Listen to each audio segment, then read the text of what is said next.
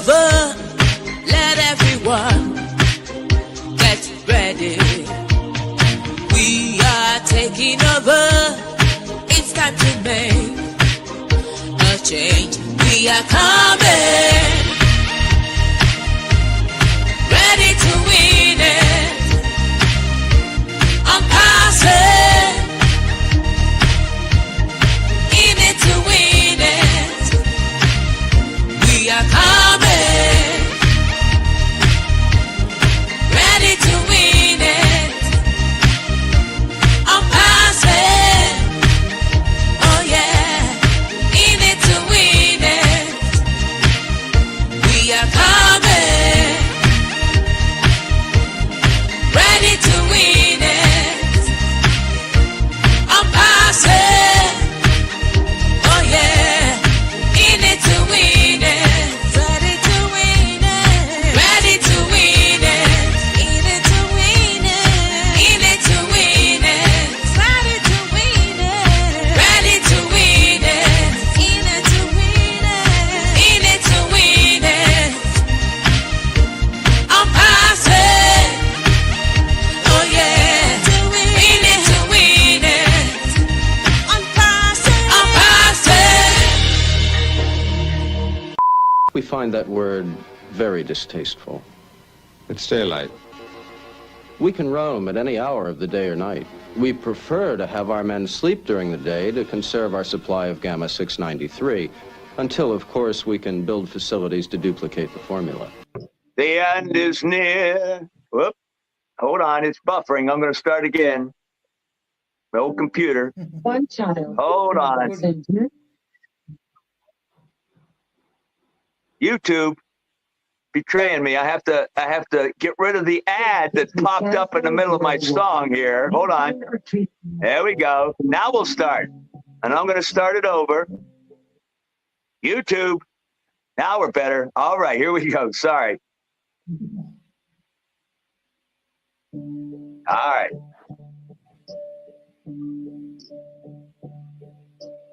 And now the end is near, and so I face the final curtain.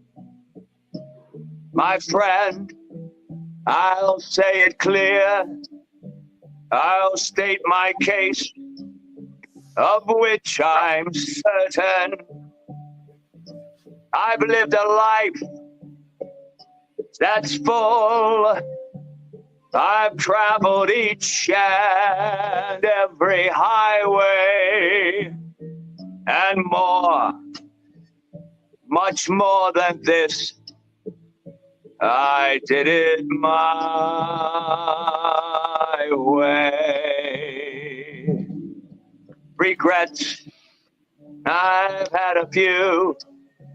Like her chat monitor. At first, I was just doing it on my own, like I do for a lot of people, as you've heard, which I do. I still do. Well, anyway, one day, out of the blue, she's up in her talking in her YouTube, and I'm down in the chat looking for things going on, keeping it organized, and looking for troublemakers or anything like that, you know. And all of a sudden, she's talking about John Barilla. And she said, yes, I love John Barilla. He's my Uncle John. I'm like, what? And I'll say, Uncle John, what's that? And it turns out that she has like an Uncle John, and she's born in Africa, actually, Cameroon, I believe, and she had a very unusual situation. Their culture there is not the best thing in the sense of the way they treat women in general, but even young girls. And she was slated to be like married off to someone at 10 years old, and her grandmother and mother rescued her in a sense, and they left Africa, and they actually came to the United States. And then she grew up and she got to be educated, and she's become who she is. And she has this movement way before Onpassive, One Global Movement. Now she's in Onpassive, and she's using her One Global Movement. We're already started, by the way. I mean, we have every day, Monday through Friday. We have not a webinar. We had some O-Connection. We had O-Connect, but she's on there every day. And there's some ladies on the panel. I want to mention Yvonne Mundy, of course, and Yvonne Finn and Esther. I'm not going to try to say your last name. I'm not even going to try it. Oh, by the way, Chris, it's Krajanovic. I help everybody. It's Tanya Krajanovic. Anyway, I'm the managing director. After she kind of tagged me as as the her Uncle John in the chats. Then we personally talked, and she said, I want you to be the managing director of One Global Movement, which I am. That's another kind of lead position that I have. I mean, I'm in a lot of places. Let me just keep looking. I'm going to mention these before I stop now and tell you while I'm talking about myself. Oh my goodness, Julian Milo, the Julian Milo Show. This is where I first exposed myself to people as an entertainer or performer. I didn't really do this at first. I kept things quiet. And all of a sudden, they had a Christmas karaoke. And I went there, and I was sitting there and listening, and people are telling stories about Christmas and singing Christmas carols. And I go, well, I don't want to sing necessarily because, I want to hear all the people. You can get anything that you want at Ash Mufareh restaurant. Yeah, you can get anything that you want at Ash Mufareh restaurant.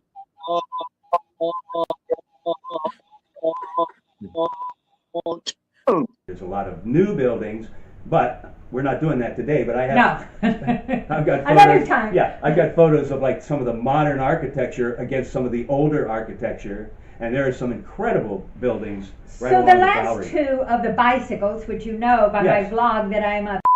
But what is a man? What has he got? If not himself, then he has not to say the things he truly feels, and not the words of one who kneels. The record shows I took the blows and did it my way.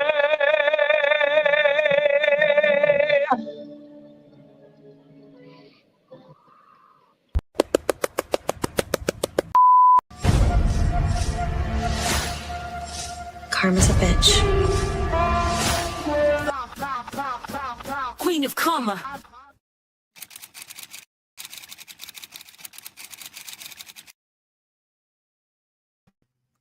Why, hello everyone. I hope you're all having a fabulous, amazing day today. And I hope that you can talk better than me. I don't know why my voice has disappeared.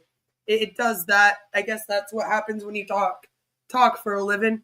Anyway, today we have something very, very special. It's been a while since we've done a John Barilla stream.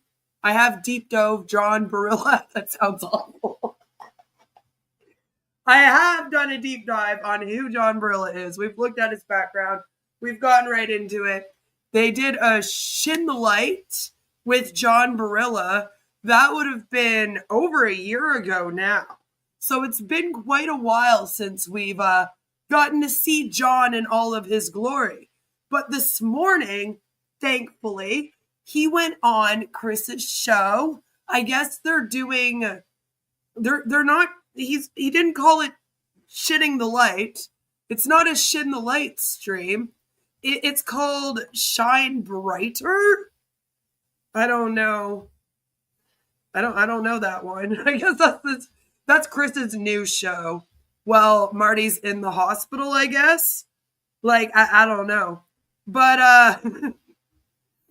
but I guess we're not doing Shin the Light anymore. Now we're doing Shine Brighter. And John Barilla graced us with his presence today.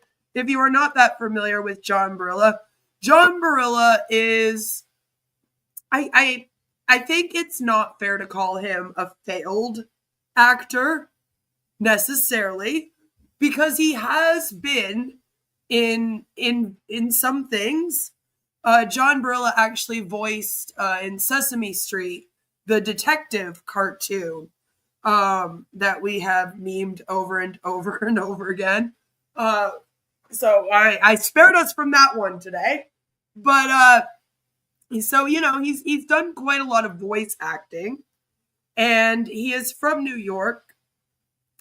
But he kind of is at the same time the personality of like the guy that always wanted to be in Broadway but never made it to Broadway. So instead, he joined a pyramid scheme that does a lot of webinars and sometimes they let him put on a show. Like, I don't know how to sum him up in a better way than that. That's kind of his whole personality. He used to be called the Tin Man, and he used to make the joke, the Tin Man with the heart. I don't, off the top of my head, remember exactly what that was from. But now apparently they're calling him the live stream cop. So he's the YouTube police of Onpassive. And he kind of is. John Barilla is the male Tanya at Onpassive. He is the moderator of all of their stream chats. He's also the moderator, as well as Tanya, of a lot of the groups. And he, just as much as Tanya, goes around kind of telling people what to do. It's just, he seems to do it more in the live stream chats. There was even one time where I was streaming and I was stream sniping Onpassive. And I guess John Barilla was watching my stream snipe and the Onpassive stream at the same time. And he accidentally tried to moderate my chat because he wrote in the wrong chat and went to tell someone in my chat that they had to put Onpassive in all capital letters and that he would block them if they didn't. And I was like, I'm sorry, John, you don't have the authority to do that here. And then he was like, oh no, sorry, this was the wrong chat. So we kind of caught him spying on us one time. That was fun. But since then, I haven't really seen much of him. So it was kind of nice to see John Barilla. As you see, he's an actor at various employers, it says. He did go to Kent State University. I don't think he's lying about his education or anything like that. But as you can see, he's done a lot of like voice over artistry and being the narrator. And this past summer, he also did another performance at theater in New York. And he was promoting that. And I brought it up at the time. So, no, he's a busy guy. So I thought it would be fun if we watched his appearance on Chris's today, because it's usually a fun time. Get ready for some singing. He's a rat, yes. Onpassive, in it to win it. Hello, Retro, good to see you. And Mr. Level and Devil's Advocate. Go, go.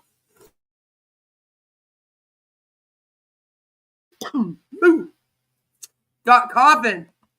Albs is here, in it to scam it. Not sure if it's just his poor equipment. Yeah, it's true. It might be. He's like a theater singer. Hey. I found him. We got a very, very powerful gentleman on here. All of them you know, and I want to say good morning to all. John, would you like to say good morning to Sorry, everybody? maybe I should elaborate. Hey, everybody. I was trying to catch myself after coughing. I don't know what's going on with me. My voice is gone. And I still have a little bit of a cough. I've had it for like 3 months and it won't stop. But there's a difference between singing in a recording studio and singing like on stage. For example, other than being partially deaf, one of the reasons why I'm just such a loud person is because growing up, I did a lot of theater. And one of the big things about theater is they'd always be like, project your voice. So I did it growing up. I went to theater school as a kid. After school, I would go to theater school. I did a lot of stuff on stage. And so I think I just learned how to present and be loud. I don't know. And John kind of has that same sort of thing. He's very like theater-ish, So when he sings, he sings like he's on stage at a theater, not like he's in a recording studio doing up some good music. You know what I mean? Hey, good morning. That was good. How are y'all? And then his mic gives out. It's great. He's good.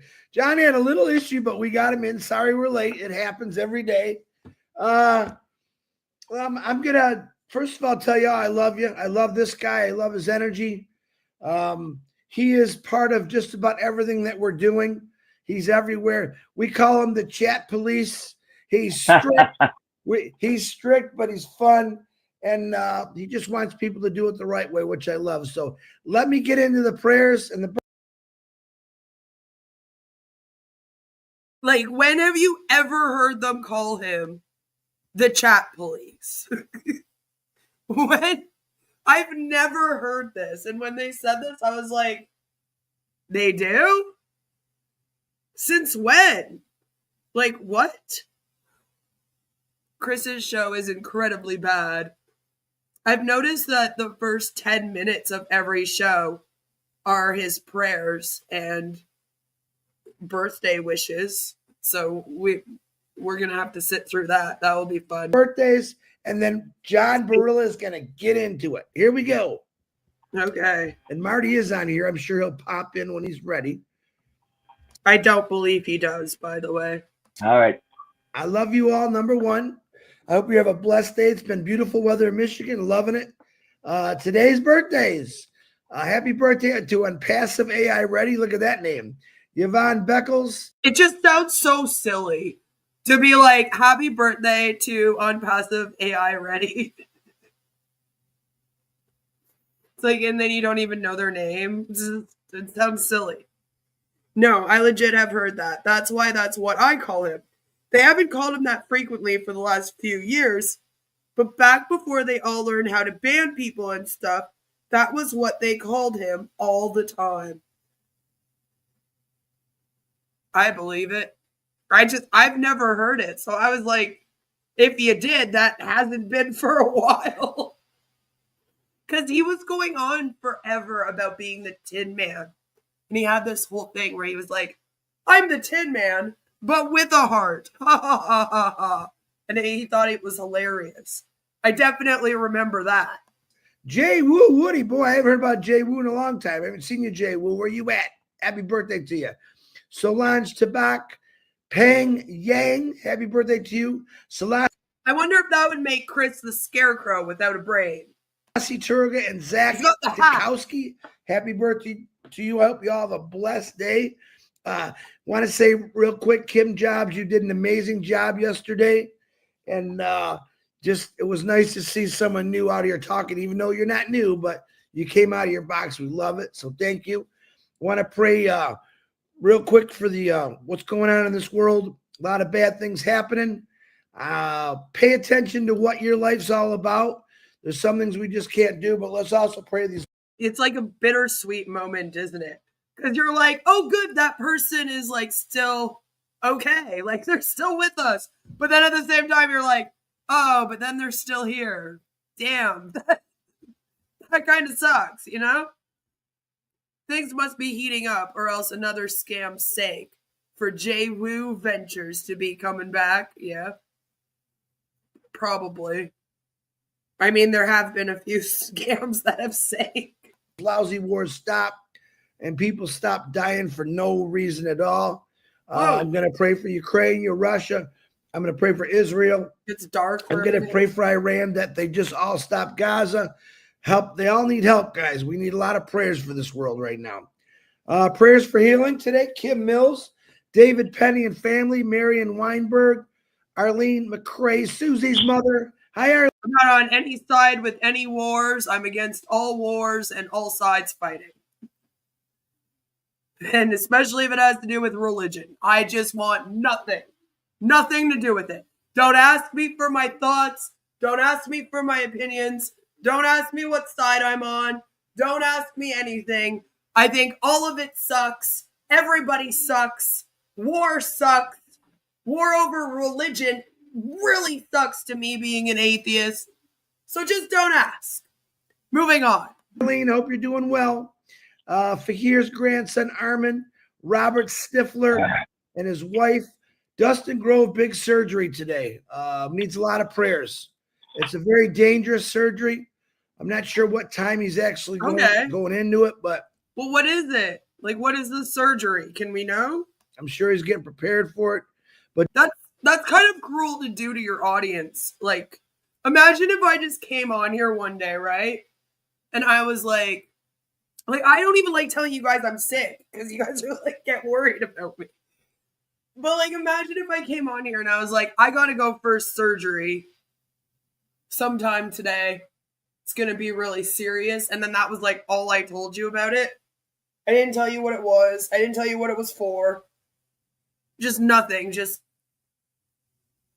you know, it just doesn't sit right with me because then people are gonna worry and be like, oh my God, like, are you okay? What's going on? And then you get like the Streisand effect where you're not talking about it means people go crazy trying to figure it out. It's just not good to do. Don't do that to people. Dustin, you are in our prayers and everything's going to be fine, brother. Give it to God. Don't worry. Let him take it over. Margaret Seagroves, we're praying for you. Phil Lard's mom. He sent me some really cool videos of his mom. She's struggling, but she's doing good. She's got really good spirits. So, Phil, we're going to pray for you. I'm not trying to be rude or anything, but like a lot of the people in this are older, like even older than me. I'm old. I'm 39. I'm very old for the internet, especially. I know I should just log off, but like, so I'm not trying to be cruel, and I don't really know how to say this without it sounding cruel. And I know damn well that there's going to be 10 people after this stream that are going to take what I said and twist it and make it seem like I'm saying something cruel. And I don't mean anything cruel by this. But my thing is that I'm even getting into my middle age. My parents are elderly. Most of the people in Onpassive are middle age. You know, they're like my age and up. So like, all of them have elderly parents if they're still with us. So when you get on to that later part of your life, it sucks, but it's kind of part of life is that, you know, you get older. When you get into the last half of your life, unfortunately, your parents go. And it's just like, if we're going to spend every single webinar praying for everybody's parents that are going through something, it's going to be a lot and all the time. And it will be like everybody's. You know what I'm saying? It's just kind of like one of those things where it's like, why are we doing this? You know, it's like, no offense, but like you all have elderly parents. They're probably all facing ailments. And like, Chris can't sit here every day and list off, like they claim they have 1.4 million people in this thing, right? So like, is he going to be listing off 1.4 million people's parents like that are elderly and sick? And it's like, you know, like, so why even open that door? Because when you do it for some and not others, you create this weird thing, even if you don't mean to, where people feel like you have favorites, right? And so there's just a lot that I don't like about this. But I just think if we're going to start praying for everybody's elderly parents, that's probably why this is 10 minutes now. Like, maybe we should not be doing all these prayers and birthdays at the beginning is my point. Richard Milano. One day we're going to be here for 7 hours with Chris listening it off. We're praying for you, Don Riviera. Kathy Krusky's mom. Gogo says, so I'm in my 60s. If I had to list my and my friends' ailments every day, it would take forever. And that's like kind of what I'm saying. And it's like not really fair to only do it for like certain people. Like, and then you open the door to have like everybody writing you about it. They're already complaining about people asking them for prayers, but then they still sit here and do this every day. Makes no sense to me. Dave Lore's father, Fat Mata. So no, we're praying for you. Wally Cochran, Melissa Ann, and her friend Sam, Jerry Nix, I love you, brother. Mary Aquino. What did we say to Mary Aquino's mother, John?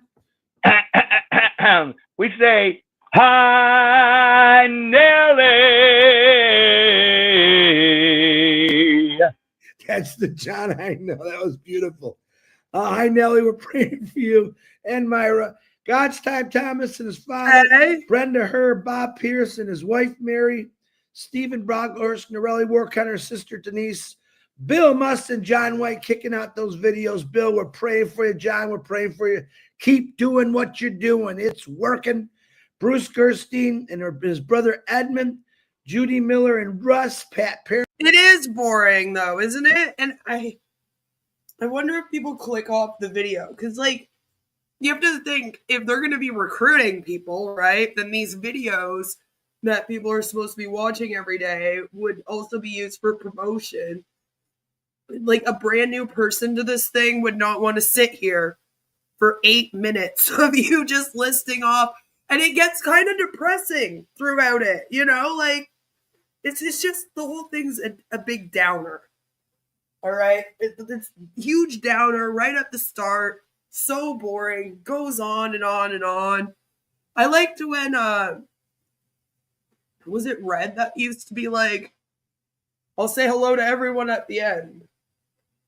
I believe it was Red that started doing that. And he would save all of that for the end. So he does his spiel first. And then at the end, he goes, okay, now I'll go through and say hello to everyone and chit chat. You know, like, and it's not like you're just saying hi to people. I would almost prefer that. I would always prefer if Chris came on and then was just like saying hello to the chat for a bit instead of like listing everybody's ailments and telling us to pray for 8 minutes, you know? I think that's worse. Hello, Salami. It's just a lot. People are going to click off and be like, no, I'm good. I don't need to watch this. Like, is this all we're doing? Her daughter and her neighbor Dennis, Chloe, Julie, Judy Reese, Tina Metcalf. We're praying for you, Tina. Terry Thompson and her mother, Loretta. Roy Davies in her eyes. Cindy Hopkins. Grace Tam and John William DeLorme. Harold Fox. Uh-oh, we came up to Ruth Pace. What are we going to say, John? We say, Ruth Pace, we love you. He's going to do this the whole time, isn't he? I'll just prepare for it now. I can't. That was perfect. I can't top that one, Ruth. I know Ruthie's cracking up right now. Thanks, John. I love it. Red and Mothers. I do believe Red's coming on at 1 o'clock today. Sandra Fenning's mother, Seeds Academy. Three more days. They got the big graduation. That will be on their webinar. I will be there. It should be a lot of fun. Huh. I might have to check that out, you know. We've been wondering about this Seeds Academy because it's iffy. It's iffy. It's an interesting sort of thing to look into. It's almost like the Pause Kuwait thing that's going on in Girl World right now. The Seeds Academy is an iffy school. You know, it's just, I might have to watch that. Hello, little Miss Lulu. Good to see you. He is awful. I need to put on emotional armor to listen to John. For me, it's just the constant singing. And then they're always so impressed with it. Like, always. Even when he cuts out, they're like, that was great. That was so fabulous.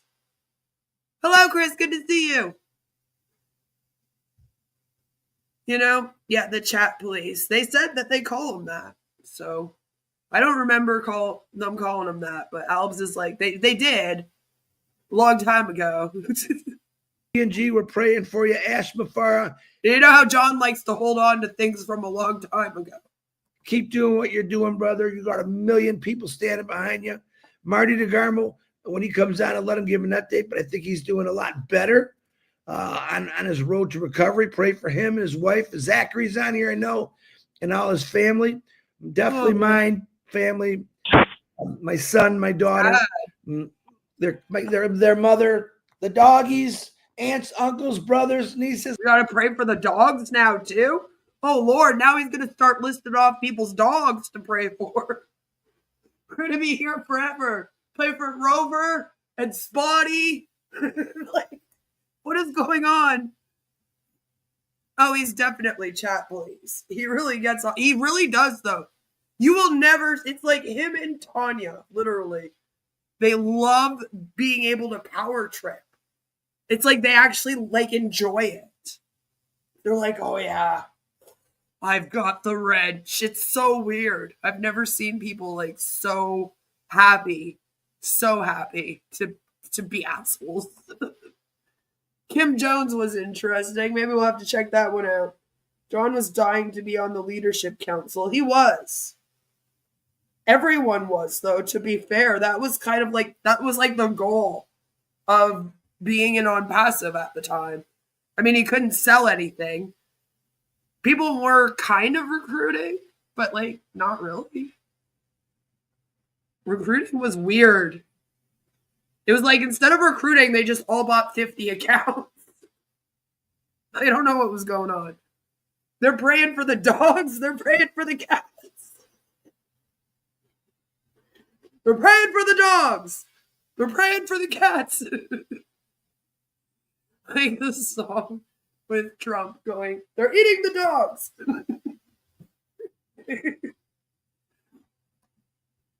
I feel like they do this to make longer content for monetization. It has to be. That's really the only reason why they're doing any of these webinars at this point, right? It's like, what else are we doing them for? Again, we can't sell anything. We're not recruiting. So it's like just to keep the buzz alive, you know? They're also horrified that people are going to like forget about Ash and Onpassive and want to move on if they don't keep the buzz going. Other than that, I mean, can't really do anything in Onpassive. Please pray for my neighbor's dog. Yeah, my aunt's neighbor's sister's cousin's dog has cancer, if you wouldn't mind praying. My gerbil is sick.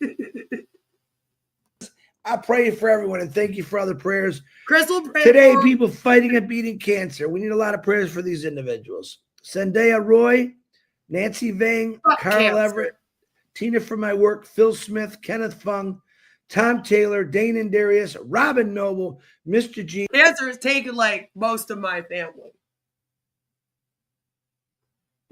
So seriously, fuck cancer. Chang Yang, Joyce and Melvin Hicks, William Carmichael, and Patty Prescott. Man, Lord, I need you to take all these diseases from them, Lord. We pray that every single day in your son's beautiful name. All right. And I'm praying for everyone else out there that I don't know about. I'm still praying for you. Now, I'm excited about. I wish you would just say that. Like, I wish you would just be like, I'm praying for all of you. And then he'd probably throw in, and we're praying for Ash Mufareh and his family, because you got to mention that, right? And then just be like, yeah, and even if I don't know about what you're going through, I'm praying for you all. See how that took like 30 seconds, and then we could move on? About this guy, because John has been around a long time. I'm going to let you tell his story, but he's 146 years old, and he's got more energy than most 20-year-olds.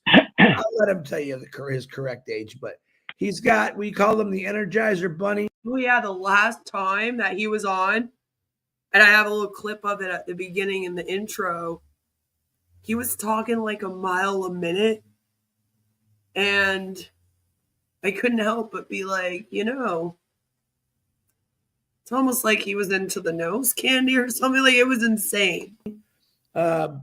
John has done multiple things in his life. He's very talented. If you ever never heard about some of his soundtracks, he does for a lot of Christmas. He does plays. He's been in movies. He's been on TV, and he's a great guy. So on that note, I want to introduce Mr. Excitement. I think one of the most crazy exciting in the company, Mr. John Barilla, a.k.a. JGB, the Tin Man. John, all right. Cheers, brother. Oh my goodness, Chris. Thank you so much. JTB. That's not what it is.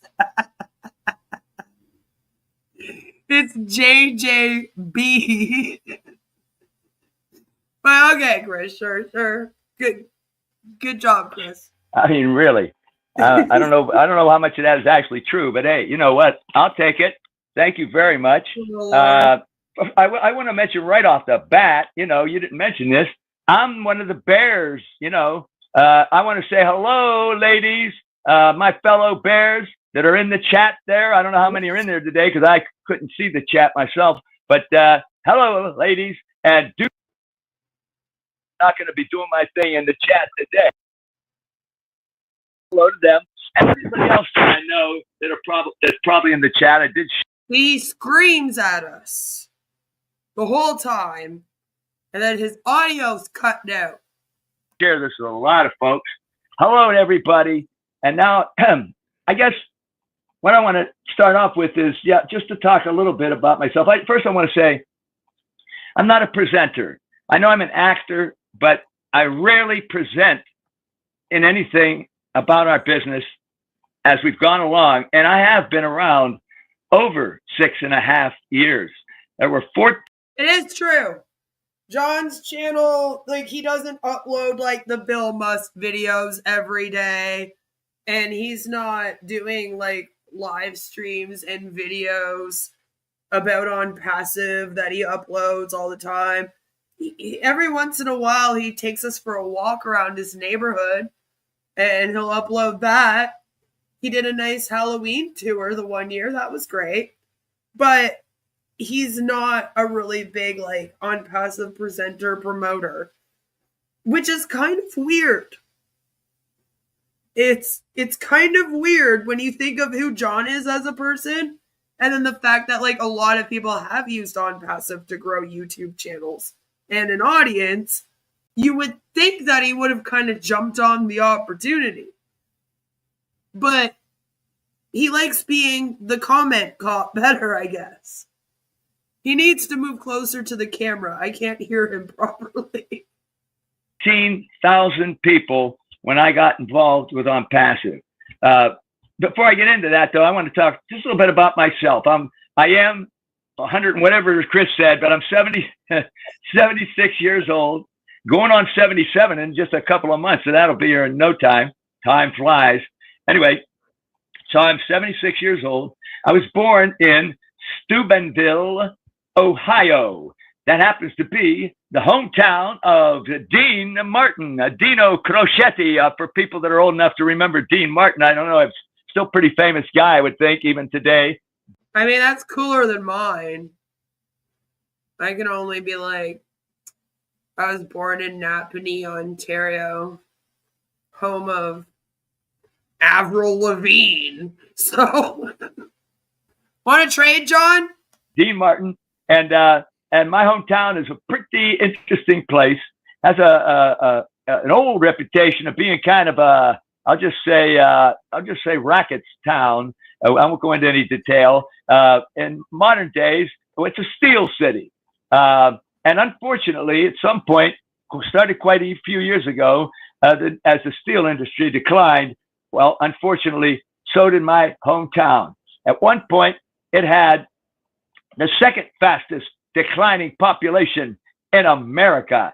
And at one point, it was even the fastest declining population in America. So it went from a city of a little over 50,000 people to, I think today, maybe they got 15,000 people. Really amazing. And it affected the town, but still a great place. The people are great, and that's where I come from. We're all proud of it. We always talk about it, even though I don't get to get back to too often. So that's where I come from. Now, of course, I started to become a musician as a little boy. When I was about, I think, 6 years old, maybe 7, I didn't make the decision, but Dad and Uncle and Mom and folks decided that, I showed some kind of little musical ability. So next thing I knew, I was learning how to play the accordion. And that was my first thing that I learned with music. And I studied for a number of years. I became quite proficient at it. And I played keyboards. At some point, when I was in my well, about 14 years old, I joined, or my dad kind of. John's so funny to me. I meet people like this, but like John doesn't match. Okay, so there's different types of people. How do I put this without being a bitch? But there's people that get accomplished, right? And like, have you ever talked to somebody and maybe like they peaked in high school, so like you see them when they're like 55 years old, and they're like, yeah, that time when I was playing football back when I was like 15 and I got that touchdown, and they just like keep talking about it, and you're like, dude, that was like, you're like, you should be over that by now. But it's like their only accomplishment. So they talk about when they were like a kid and like what they were doing as a kid as their accomplishments. And it's like, well, you've like lived a whole life since then. Is there nothing from your adult life that you can bring up? Because then there's other people that like, you know, you ask me what I'm doing with my life. I'm not starting at age 14. Like, I go, well, I'm a mom, I'm a wife, you know, I used to be in social work. And then I went into sales because I got burnt out. And then that just burnt me out more. That was stupid. So then now I do YouTube. It's great fun. You know, like, I like things I've done in my adult career, right? And so it's always so funny when I meet somebody that's like John's age and you're like, so tell me about your life. And then they're like, well, I played the piano when I was 14. Like, it's like, oh, okay. And it's like, John, you have things to talk about though. Like it's not like that was your big break, was playing the piano at 14 at some concert. Like you have been in a movie since then. You voiced someone on Sesame Street. That's kind of cool.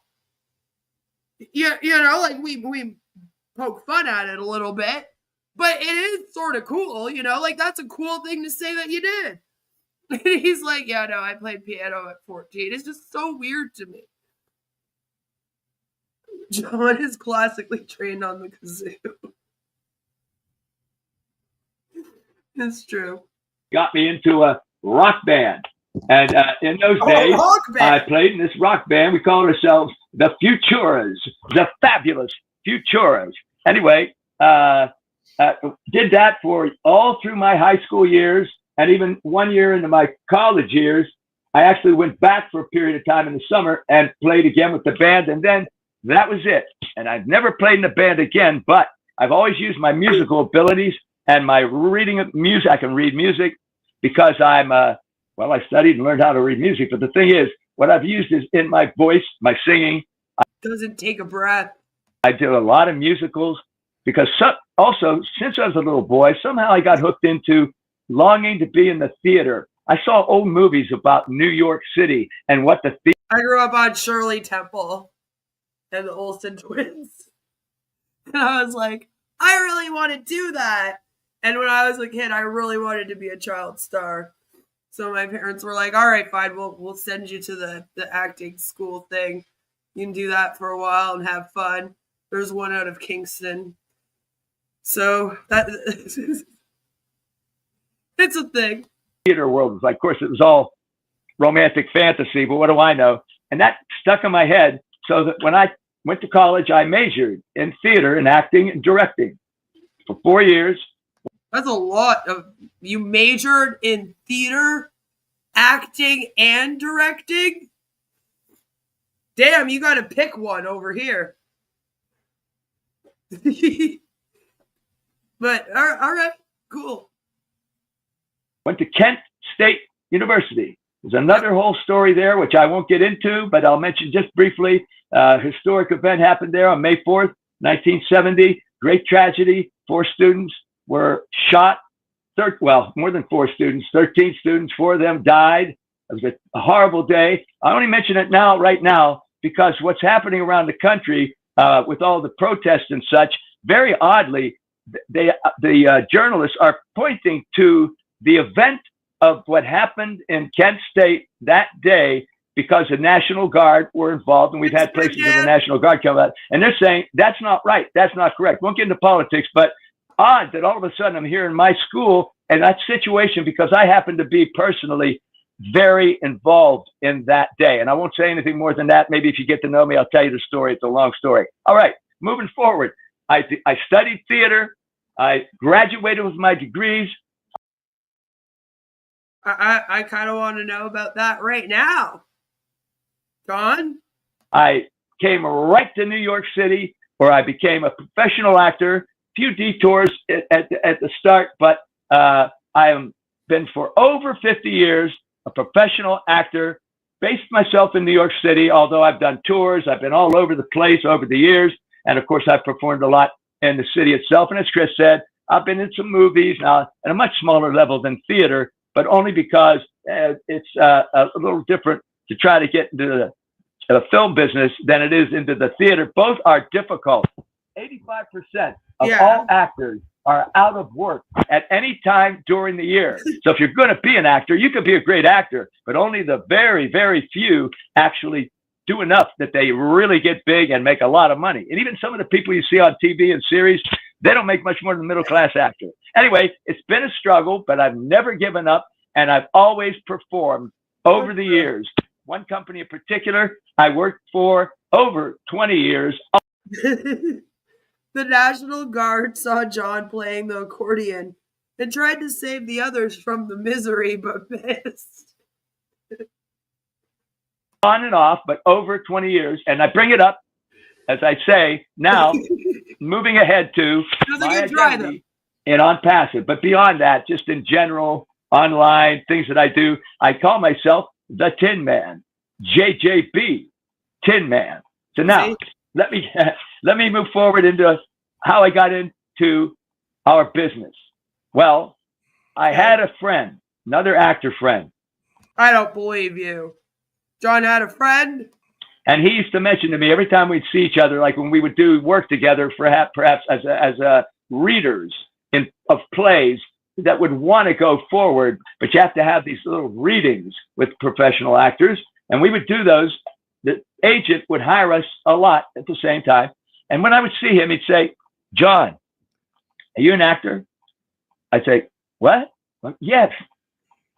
"Are you an actor?" I said, "Well, yes, I'm an actor. What are you talking about?" "Of course, what are you talking about?" He says, "Well, most of our cohorts here and friends working with us, they're not really actors. They're waiters or whatever. They got regular jobs." I said, "Well, we all have to have survival jobs." He said, I know, but let me tell you what I do.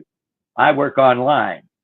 Would you be interested if I sent you some information? I went, "Well, I'm barely on the computer since back in early 2000s." And I said, "But I know I'm learning. I don't know. I don't even know what that is." He said, "Well, let me send you some stuff." So he did. Over a 10-year period, this guy would send me stuff. I hardly ever looked at it, but I did occasionally.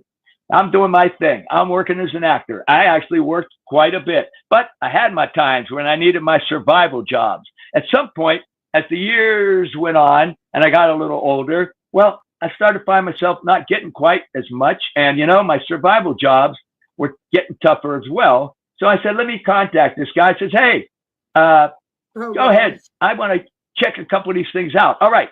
He puts me in the internet business, MLMs, affiliate marketing, all kinds of stuff. I got into many things. He put me into too many things, really. And I started learning what to do, whatever. But boy, was I having a hard time. And as we know, I don't know about but I'll tell you right now, 98% of all folks in affiliate marketing and MLMs fail, whether you know what you're doing or not. 98%. All right, so my job here is done then.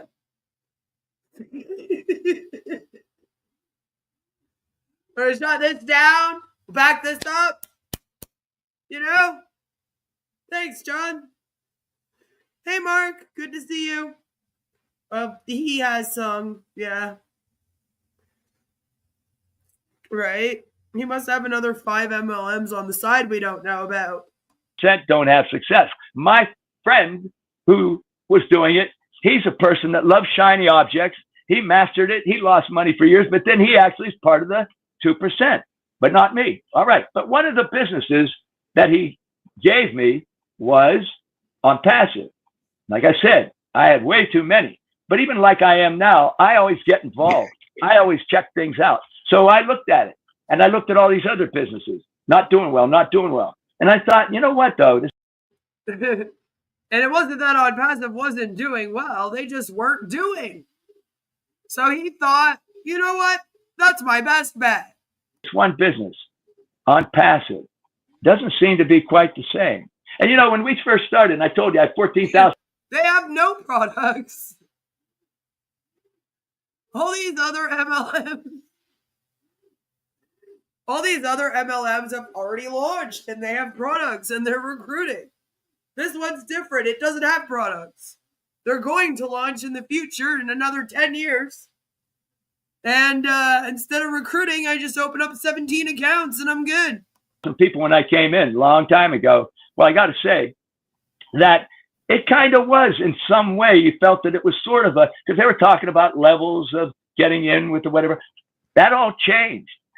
Ash Mufareh got the idea that. I was like, how bad were those other businesses doing then? Ugh. They must have been doing real bad. Yeah, it was the 3x10 matrix at that time too, right? Right at the beginning. So yeah, no, not the same. Hello, scam. Elderly tech illiterates will surely disrupt the industry forever. It'll be massive. Hey, Joe, good to see you. It'll be massive. He didn't want it to be like an MLM. And so they kind of changed that. Well, I was paying attention. Okay, let's not rewrite the history. They were an MLM until like 2 years ago. Okay.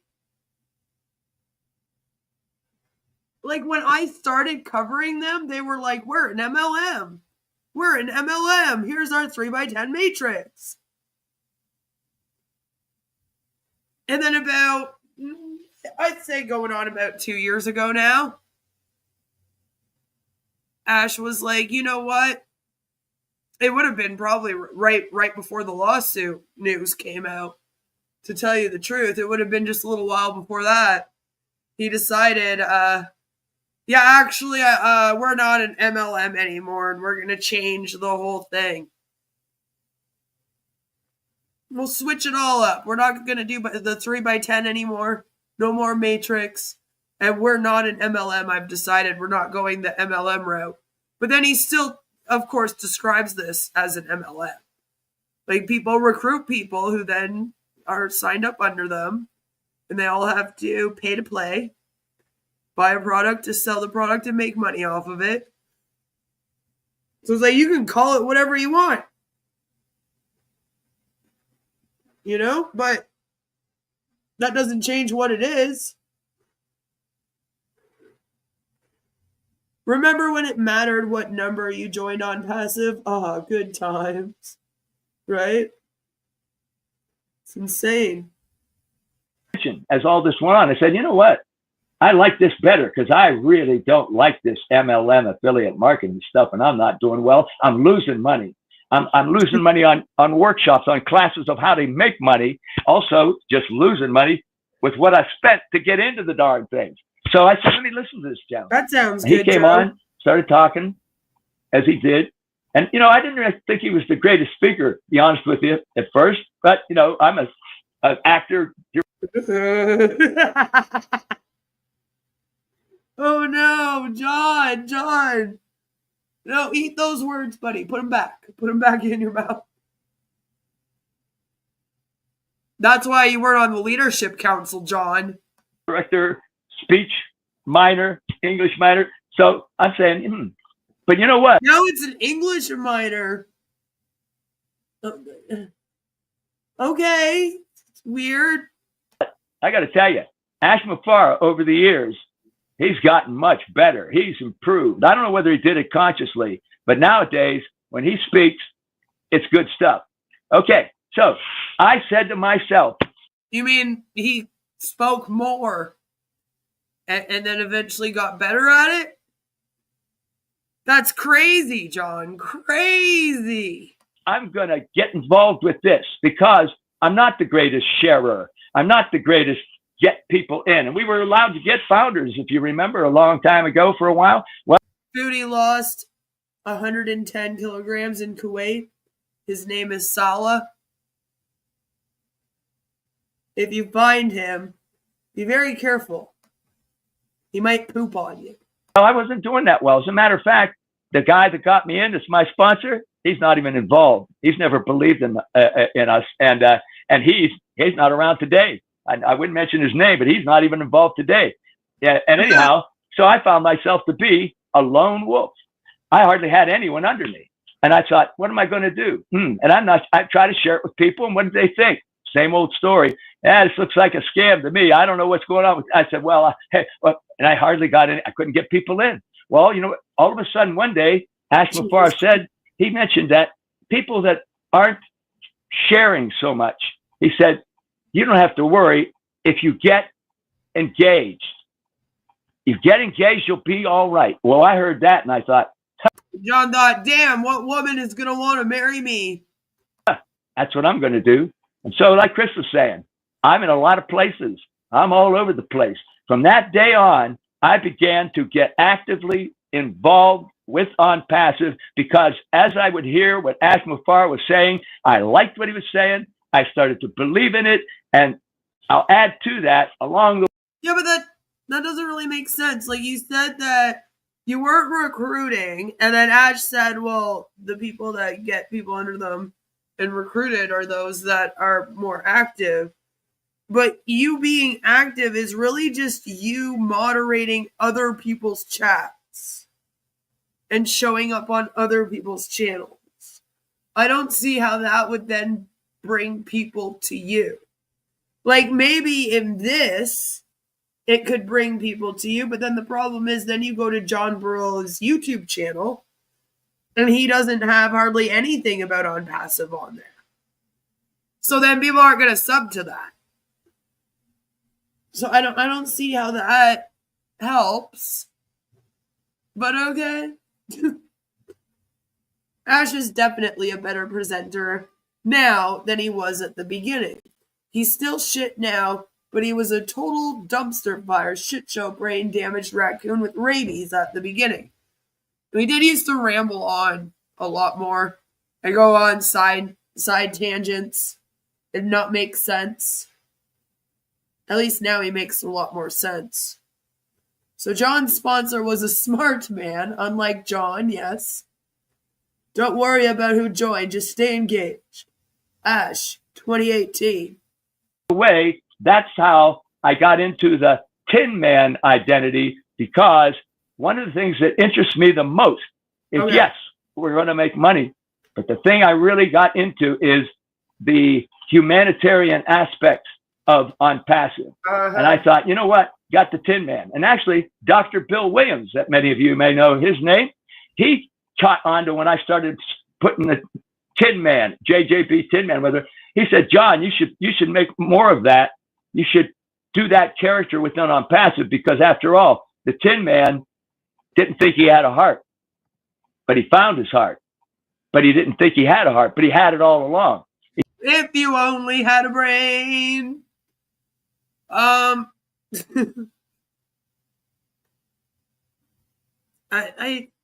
don't know if this is the right analogy. Because it almost implies you didn't have a heart. Now you do have a heart. Like, I've never understood why this is a good thing. He said you could get the whole thing. I said, you know what, Dr. Bill, I'm going to do that. So all this time, I've been playing this Tin Man thing. Like I said, I don't do a lot of presentations, but I present myself as the Tin Man that has a heart for humanity. So I always say, JJB Tin Man, big heart. I have a heart for humanity. We believe Been doing this all along. He's like, guys, no, I have a heart, I swear. I promise, I really, really do. And I'm also involved in a lot of groups and places. So as I moved forward in Onpassive, I didn't, like I say, the only people I got with me were other founders. There was a period of time when we were allowed to offer the pending founder positions that were open that we had. I had several hundred. Chris will remember this.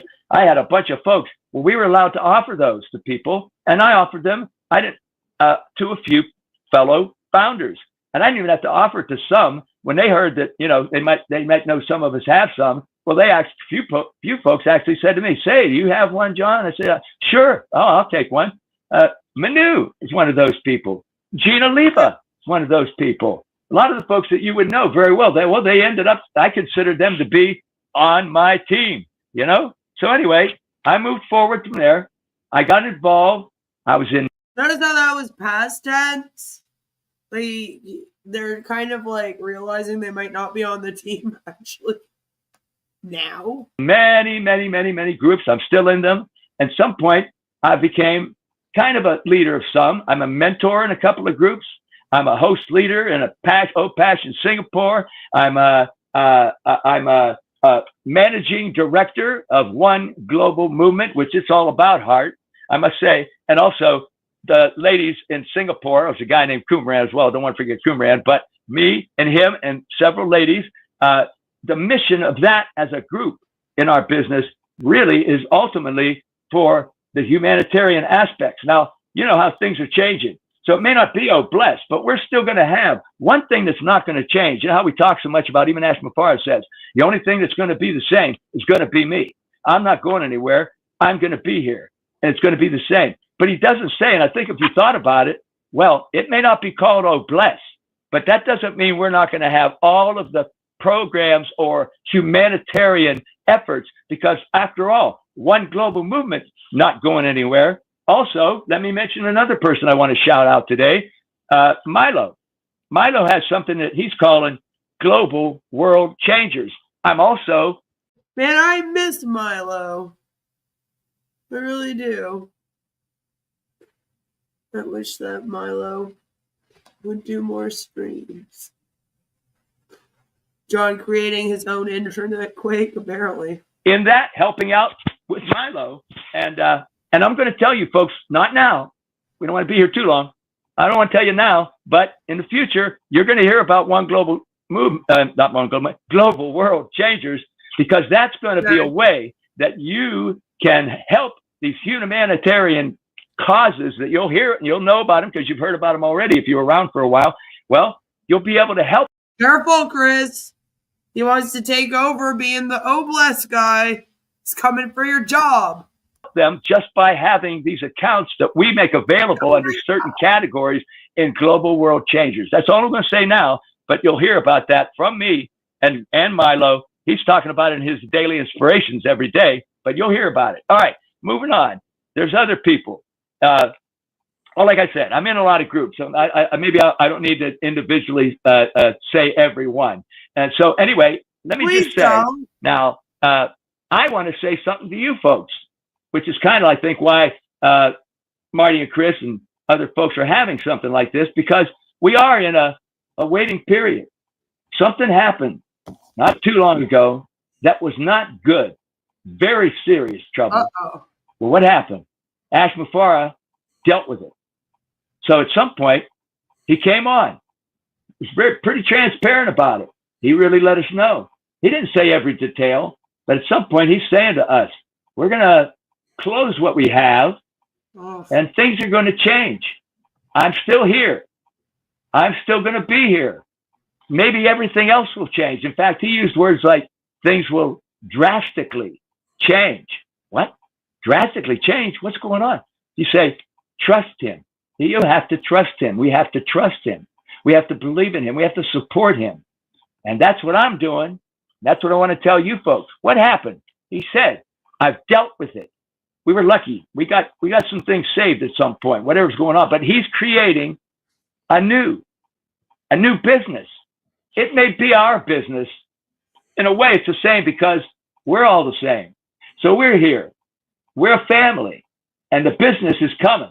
Now, it may not be what we were called before or what we had, even some of the things. We don't know, because he's keeping it a little bit more quiet this time, because he doesn't want to let it out there to the possible people that maybe were the troublemakers, the bad guys, or even some of the folks out there in the world that are giving us the trouble every day. Chris knows about them, the people on YouTube. I mean, Uh-oh.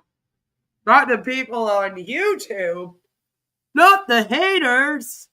Yeah, don't tell anyone what your business is or what products you'll be selling. Don't want the haters to find out. You've seen, what does Chris do when he says to people that give us a hard time? Chris says, yeah, thanks, Chris. Yeah. So anyway, so that's where we're at. We are waiting patiently. So I want to talk to you folks directly.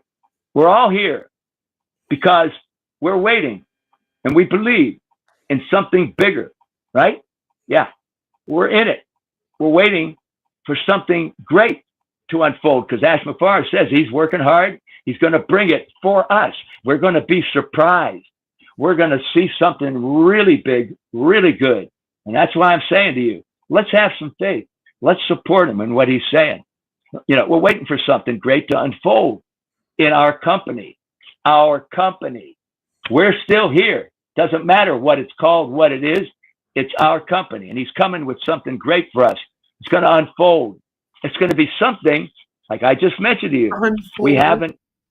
Guys, it's going to unfold and then it's going to launch. They swear. Even seen yet. We don't necessarily know everything, but we're going to trust because he's saying, I'll tell you when it's time. We'll go when it's time. And only Ash Mufareh knows that. Now, I bring that up because so many people every day that I'm involved with, that I help, that's a lot of people, they have questions. Chris gets them questions. Some of the questions you think, do they ever look at anything? Are they ever plugged in? Do they know what's going on? You say, well, wait a minute. I'll have to help them out and let them know what's going on, you know? So we have to tell those folks what's going on. They should be listening to Mr. Mufareh on their own, but sometimes folks like us, Chris, Marty, Redfern, myself, I don't put myself on those guys' level, but I'm just saying, telling people the right thing. Oh my goodness, even this morning, while I was sharing the link for this on WhatsApp, I always get folks that they even call me while I'm doing it. And I go, oh, I can't take a call. Well, I happened to take one. And a gentleman went on there, and I realized I had to talk to him. I said, oh, I really can't stay long. I got somewhere to be in a little while. I said, let me set you straight. I talked to him nicely. By the time I was finished, he thanked me. He said, sir, I love you. I respect you. Thank you for helping me. Because he was listening to some of those folks that are putting out all kinds of stuff that are like, why are they posting that kind of stuff? And he said to me, thank you for helping me today. So after that, went back to my business, sharing the link for this, and here I'm talking to you. And so let me see here. I'd have to look at my notes sometimes. Yeah. So anyway, so just because we haven't seen or know exactly what. That's so weird that he took notes to do this. I don't know. This is weird. Weird that he's reading off notes to talk about himself. John could have got an acting role in One Flew Over the Cuckoo's Nest. He's very convincing. We have doesn't mean that it's not coming. We know that. Ash has told us. He'll let us know when it's time. So I just want to. Oh, well, Ash said it, so it must be true. Encourage all of you. I want you to stay patient.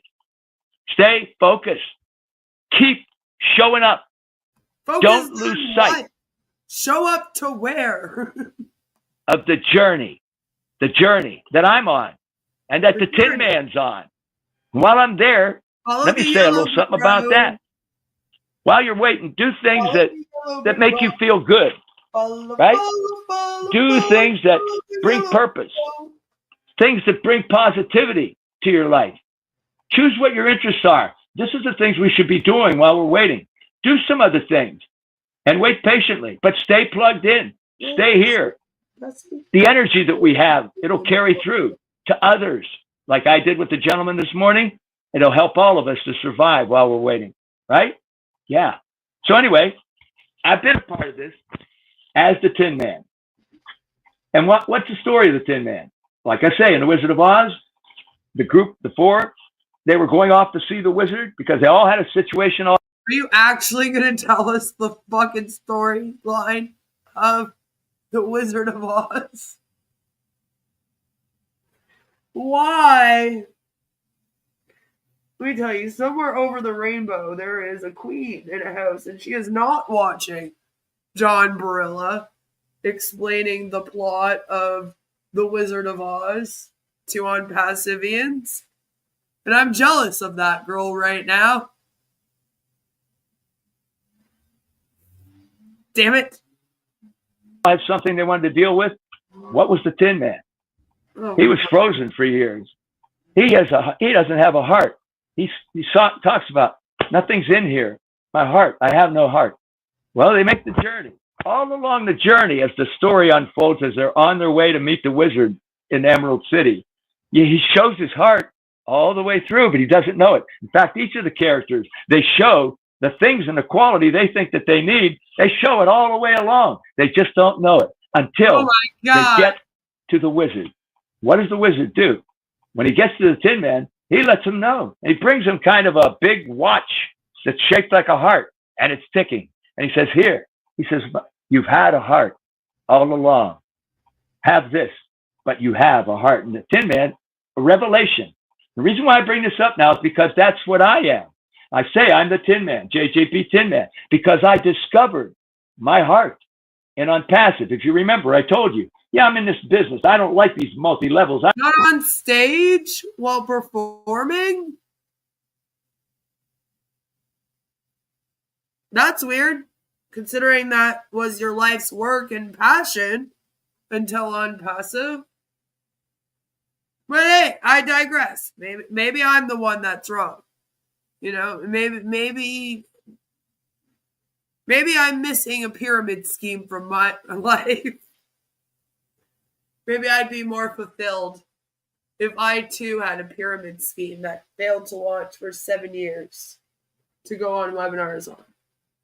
I mean, I'm obviously missing something from my life. Even Chris is bored, I know, right? John the Tin Man got run over by the Onpassive steamroller. He's been foiled again. I don't like this internet stuff, but when I saw that there's more to that, and good, I can make a living, but besides that, look what we're going to do for the world. That's the Tin Man, my heart for humanity. So I played. I really hope that you made more money in acting than you did in Onpassive. Just saying. I'm still playing it up. I'm the Tin Man, and I have a heart for humanity. I'm going to do something real quick. I didn't know if I'd do this, but because I have a terrible voice right now, I got a little mess. Alb says, I feel like this Tin Man comment was something someone said to him like one time, basically in passing, and John has tried to turn it into his whole brand, and everyone that has to sit through it is just like, what the fuck? So do I. I feel the same. Real Stew was a good scam that never got off the ground. Oh, yeah? Maybe you should have joined that one instead, though. Thing going on, but I don't care. Short. It's very short, Chris. This is the Tin Man when he doesn't know that he has a heart, but he's going to find out later. Oh, no. Although I'm a man of steel and also smart, I'm still most unhappy 'cause I haven't a heart. I'd paint such pictures, be an artist. I'd write such poetry if I had a heart. But there's nothing in here, I'm just an empty moan. And no one has ever known the beauty I've known. I can't paint pictures, be an artist. I'll never write poems 'cause I haven't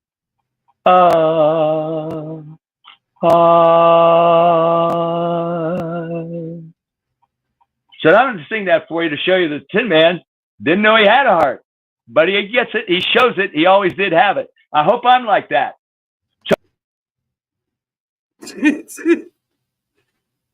Imagine you look up to the Tin Man. I mean, it was bad enough when we thought that he looked up to, like, Marty DeGarmo and Chris Johnson. Now we find out that his real role model in life has been the Tin Man all along. I mean, look at that. I'm finding out things are the way they are all along. Can't believe John said he's musically talented, right? I have a heart. And then I love how he, like, pauses for a second. That's how you know that he actually has done theater before, by the way. I don't know if you know this or not. Maybe you don't. Maybe you haven't done theater. You're not, like, you've never been on stage like me and John Barilla have, okay? So maybe you don't know. But also on stage, you have to pause and wait for the reaction. You have to give the audience time to laugh, to cheer, to clap at the end of a song, for example. So oftentimes, you know, you'll say your lines, do your little dance number, and then you'll freeze for just a few seconds. And John always does it at the end, and then he, like, almost, like, waits for everyone to react. It's great. It's great. John is the only founder who remembers lyrics from songs from the 30s, and people think he's a genius. That's right. That's right. So anyway, let me move forward a little bit again. You know, I say I've been a part of this company for over. Wait, what?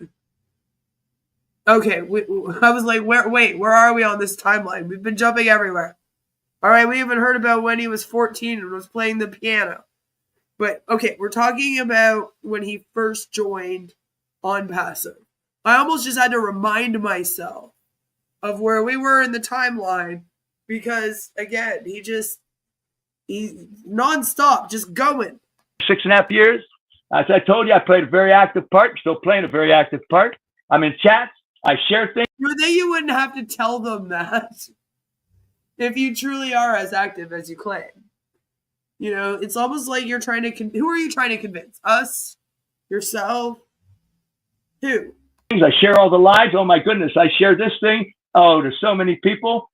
I love being in the chat, by the way. Chris, when you made me an admin out of the blue that day, I really felt good because you know me. I am kind of the policeman. Always have been kind of the policeman. Not that we are the policeman, but we're making sure things are good in the chat. Thank you, Chris. So anyway.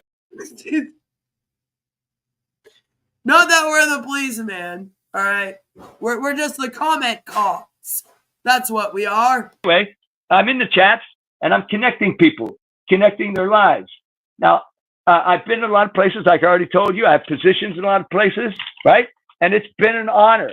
It's been an honor and a pleasure for me to do these things, you know, to support and uplift many people. I hope that I'm uplifting some of you today with my energy. You're about an hour and a half late, Sam. Mark says, contrary to what he says, John is probably one of the most heartless founders. He can be a bit obnoxious and aggressive towards the doubters and naysayers. Oh, yes, he can. Yes, he can. As Chris says, you know, including some of my dear friends. Not that everyone's not my family here in our business, but I've actually now have some people all over the world. I hear Chris and Marty say this all the time. I've got dear friends now all over the world. I got fans all over the world. That's a strange thing. People that have heard the stuff that Chris is talking about, some of the work I've done. I'm going to share that out to more people too. The more people I talk to in places that I haven't given things to yet, the play I just did. I got to do in a play I just did, just finished it. I got to play Mark Twain. I know we're from all over the world, but most people would even know the author, Mark Twain. What a privilege that was to play that character. I actually have a copy, a video of that play, of me playing Mark Twain.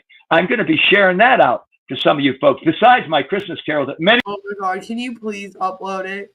Can you please, John? John, please upload it to YouTube. Please upload it to YouTube, John. Please, please, please, please, please, please, please, please, please. I want to see it. I want to see it so bad. If you already have, I'm going to continue to do that just because other than Onpassive, other than our business, we can talk about and do things that are just to make us relax and enjoy things. That's why I like to sing for folks sometimes. All right.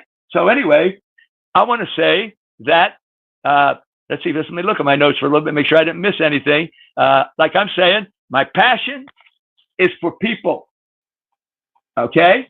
Especially the little ones. That's what I'm talking about, my humanity.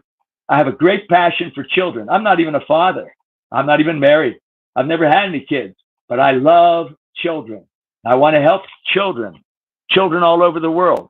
That's why I call myself, like I say, the Tin Man. So life's a daily struggle for all of us. And I got to say, I got some struggles right now. I'm facing those struggles. I'm facing them in life, like we all do, like I hope you're all doing while we're waiting. I'm sure a lot of you are. Got some struggles going on. We're waiting. Have those struggles, face them, and you'll get by, right? Welcome to life. So the struggles have taught me to smile, to be positive. I have some tough stuff going on. I'm still smiling at you folks. That's what I'm doing because it'll get me through it. I know things are going to be better because I know big things and great things are coming for us. That's what Ash Mufareh is off doing right now. And I think I'm waiting for it. I'm waiting for it. I'm going to be patient and I'm going to support him. That's what I'm doing. Right? All right, it's not just me that thinks this then, Violet. Violet says this is really depressing because he's repeating everything he said in his shitting the light, you know? It's like just a redo to me. And I'm kind of wondering, like, is that going to be okay with Marty? So I'm telling each of you, please keep your heads up. Keep going. As long as you're above ground, we will be, in the words, is it Oliver Fonte? Am I getting my guys mixed up? I think it's Oliver Fonte. In his words, we are fine. That's all I'm going to say for today. We will be fine. Thank you, Chris. I went a little bit over. But no, John, what did I tell you? You're going to go. I'm going to let you flow, brother. There was a time limit, which I think is hilarious. He says, sorry, Chris, I went a little bit over. Because John usually goes on and on and on, like you just saw. Chris was probably like, try to keep it to like half an hour. Please, you know, like, just keep it to like half an hour. It's at 35 minutes and 26 seconds right now. So, yeah, he went over by 5 minutes. But pretty good for John. I just think it's hilarious. The idea that when they were planning this, that Chris was like, okay, but can you just like keep it to a half an hour? Hey, I'm a talker too. Sometimes you gotta go, Queen. Okay, we get it. Let's get back on track. But it just makes me laugh. And he's like, yeah, just keep it to half an hour. And then John's like, oh, sorry, I went over. Mark says, helping children? Tin Man? More like the Pied Piper. Creepy. Yeah, because Chris brought up that the Seeds kids at the Seeds Academy are graduating in a few days. And apparently they're doing a graduation live stream, which, again, a little iffy to me. You guys will not see any of my child's graduations live streamed to my channel. Or anything of hers live streamed to my channel. I don't like the idea of somebody like going and live streaming a bunch of kids onto YouTube, but maybe that's just me, you know, especially in like a school setting. When parents do that, I'm always like, hey, but there's other people's kids there. Like, did you get all of their permissions to be on your YouTube channel? I doubt it. So maybe don't do that, you know, but, you know, what do I know? But I believe that that's why they're bringing up the children. I don't think you were here for that. And I said, we're going to have to check out that Seeds Academy because I still find that really iffy. The whole thing still is just so iffy. Gives me weird vibes. But I hope that's why they're bringing up children anyway. I could be completely wrong. I could be totally wrong. But I'm guessing that's how the children are at the front of their minds right now because of that. Ash is doing Uber right now to make money like Milo. Right? Chris is looking very antsy. Is he bored? Yes. In his defense, though, like he's already heard this story. Because as you pointed out, it's really just the shining the light over again, which then begs the question of why do it? Which I was going to wait to the end for, but I'll just bring it up right now. Why are we redoing the shitting the lights? Like, again, I feel like the shitting the light they were already redoing because, like, they had interviewed each other before that and had each other on and stuff, you know, with their other shows. Like, how many times do we have to do this over and over again? In another year, is John Barilla going to do something called Shining Even Brighter? Like, because this one's called Shine Brighter. We had Shitting the Light, then Shine Brighter. So the next one's going to be Shining Even Brighter or some shit. And then John's just going to come and tell us all this all over again. And like the part I wanted to hear about, he didn't even tell us about. I want to hear about what happened at that school, John. Your kid isn't an orphan in Africa at a school run by a scammer trying to scam stupid Americans out of money. Or maybe she is. See, this is what I mean. Like, the whole Seeds Academy thing is just, like, so iffy. And then the more you look into it, the more iffy it seems to get. That's why I kind of compared it to the Pause Kuwait thing going on in Girl World. Because that's kind of like what happened with that, too.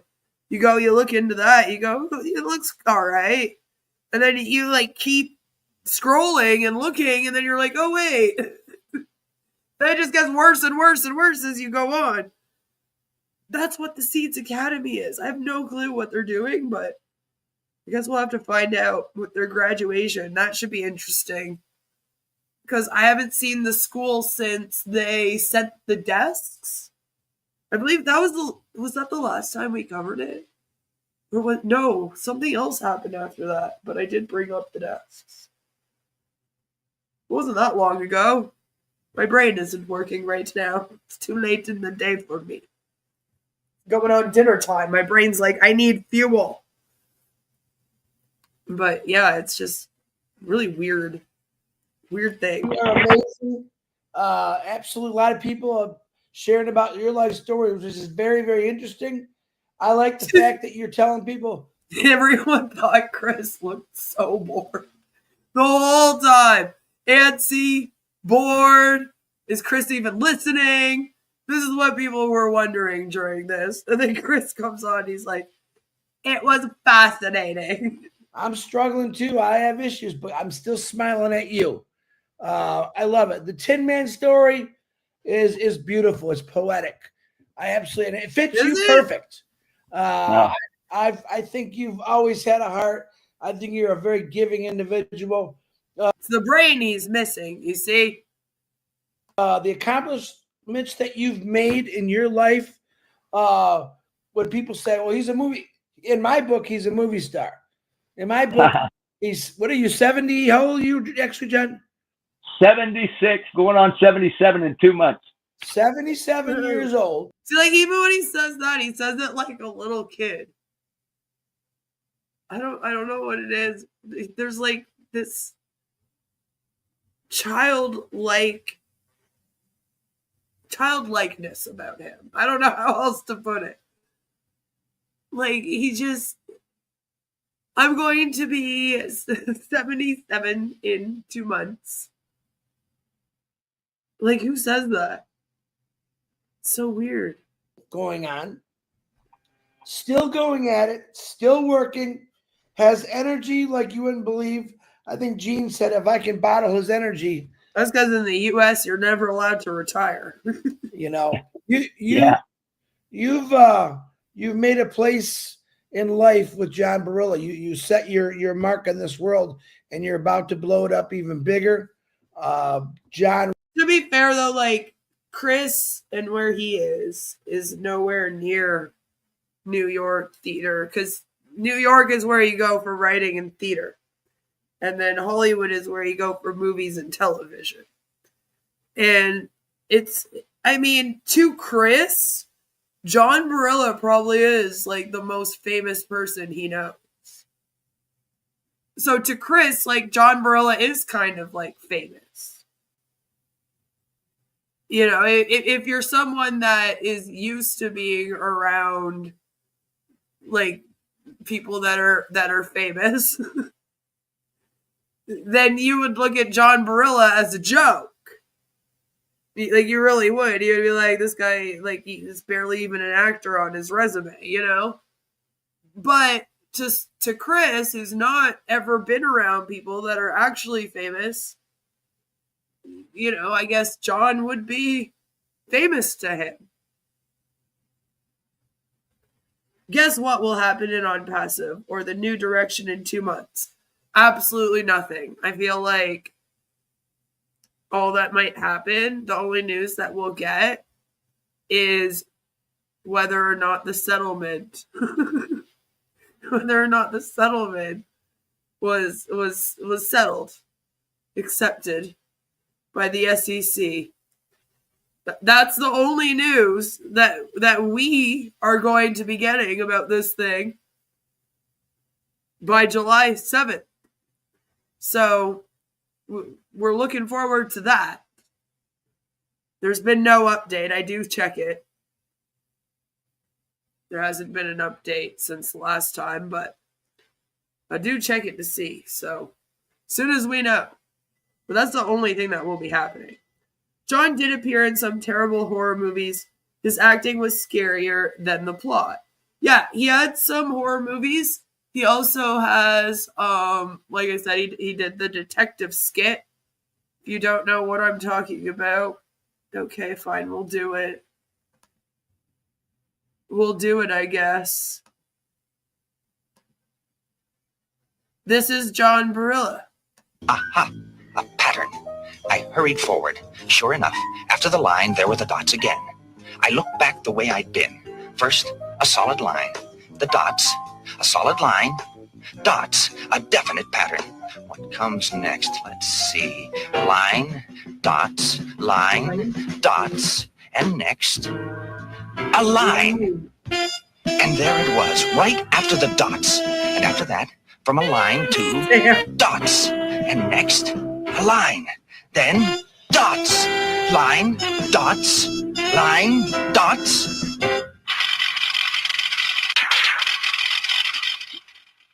No, let's not watch me. So yeah, that's John Barilla. So he's done that. Line, dots, line, dots. So there's that. And that is cool. I've never taken that away from him. I think it's hilarious. But that is a cool thing to be able to say that you did. There not many people can say that they did a voice in such a child's show too, as Sesame Street. You know, Sesame Street's a big show. That's pretty cool. But again, that was back in the day, back when I was like just born, maybe even before that. I think it was in the very, very early 90s, late 80s that was on TV. So it's like, you know, that was a while. It was a while. But he has done some things. I guess it would be a lot to Chris. He is an amazing individual. He is crazy. I can't even come close to the energy this guy has, but I hope I have it when I'm his age. But John, I think you're an amazing guy. Thank you for coming on here. Over 400 people showed up just to see you today. Wow. And I love that. I think that Does he still receive royalties? I don't know if they would have given him royalties for it. Because there was only like a few episodes that had the voiceover for the detective. So I don't know. Maybe. I doubt it, though. I feel like you would only get royalties if you were playing like Big Bird or somebody. If at all. Most of the time, you don't even get that. That's usually only if you're in something really big and you're a big name. Usually you get paid by the hour to do like a lot of the voice acting stuff. You get paid hourly. It's a lot like being an extra as well. Which, by the way, being an extra is a decent gig. Because you get paid for the whole day. Even if you're not in the shot. You still get paid to hang out there in many cases. So, and I don't know why John wouldn't have like done a lot of that kind of thing. I guess he wanted to be more in theater. Some people like theater better, I guess. And I think each person that you walk by and don't talk to, Maybe he did. you miss a Well, lot of good things. And I'm sure glad you shared with your story. Chris, I just want to say, funny because like his IMDb, we've looked at it before. It's pretty bare. And then like even his LinkedIn is pretty bare. So it's like, John, maybe you would have gotten hired for more acting gigs if you actually did like an actor's resume, which usually also involves handing in a headshot, which is a funny thing to think of John going and getting a headshot done. I bet you he already has done that. Probably has headshots. But I don't know why he wouldn't like have a resume that lists like every single thing he's ever done, even up on the internet, like on a LinkedIn account or something. You know, if you're applying for acting jobs right now, that's what you need to do. Is you need to have an acting portfolio. You need to have all your jobs listed. Like it's very much like going and getting a normal job with a resume.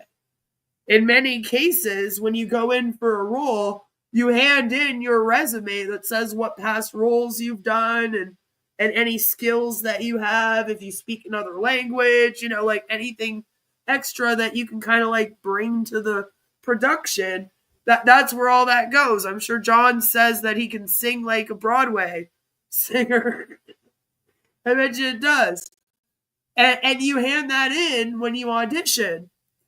It's just, and like John's one of the only people too that I've come across that claims to have an acting career and like does actually have some things in it. Like he did, but for some reason, like there's no resume of it. He doesn't have it all listed on the IMDb. You know, like it's just weird to me that there isn't one spot where you can go and like see John and everything he was in. So if I had any advice for him, that's the advice I would give. Is I would tell him to make sure that he also has an online acting portfolio. I don't know what you call it. I stopped acting in my early 20s. Leave me alone. So like, that's how you have to do that though. So it's weird to me. Like maybe that's why you didn't get hired for so many of those jobs, you know? Would have probably done you better if you went in with an actual acting resume and your headshot, like everybody else does. And it works like that in theater too, by the way. Don't think that theater is less. Like it works like that in theater as well. When you go to audition in theater, it's very much the same, although it would have all the productions you were in at the theater instead of like the movies and TV shows and whatnot, right? And then you usually still have a headshot because a lot of roles, they need to see what you look like. It sounds bad, but it's true. You know, like they need to know that John Barilla is 76 and not 20. So he probably couldn't play like a 20-year-old on stage, no matter how much energy he has. Like, you know what I mean? Like there's, they like to know what you look like. And sometimes they have an idea in their head of what they want the role to look like. So they want someone that looks the part that they're picturing. And sometimes that's all it is. And you just happen to be that person you just walk in and they're like, holy fuck. When I'm thinking of this like person in my head, it looks exactly like you. Can you act? And then they won't even care about your skill. That's happened a lot of times in that industry, in theater as well as television. So that's why the headshot thing is actually kind of important. Like, otherwise, that's all it takes. He should add the shining the light to his profile. Have them come watch this. This one is called Shine Brighter. And I can't help but be like, are they beefing? Like Marty came up with shining the light. And then Chris is like, yeah, well, you're in the hospital. I'm going to do something called Shine Brighter. And I'm going to get everyone to redo the shining the light. You know? He's 76 and a half years old. 76 and 6. Right? I'm surprised he didn't say that to us. Hey, real quick, I played the Tin Man on one of the reasons I focus so much on that one character, because certainly I've done a lot of other things, right? Well, I played the Tin Man on and off for over 20 years. So that's one reason I'm so connected to that character. There you have it. He played the Tin Man for over 20 years. And that's how he sang the song. I mean, you heard it.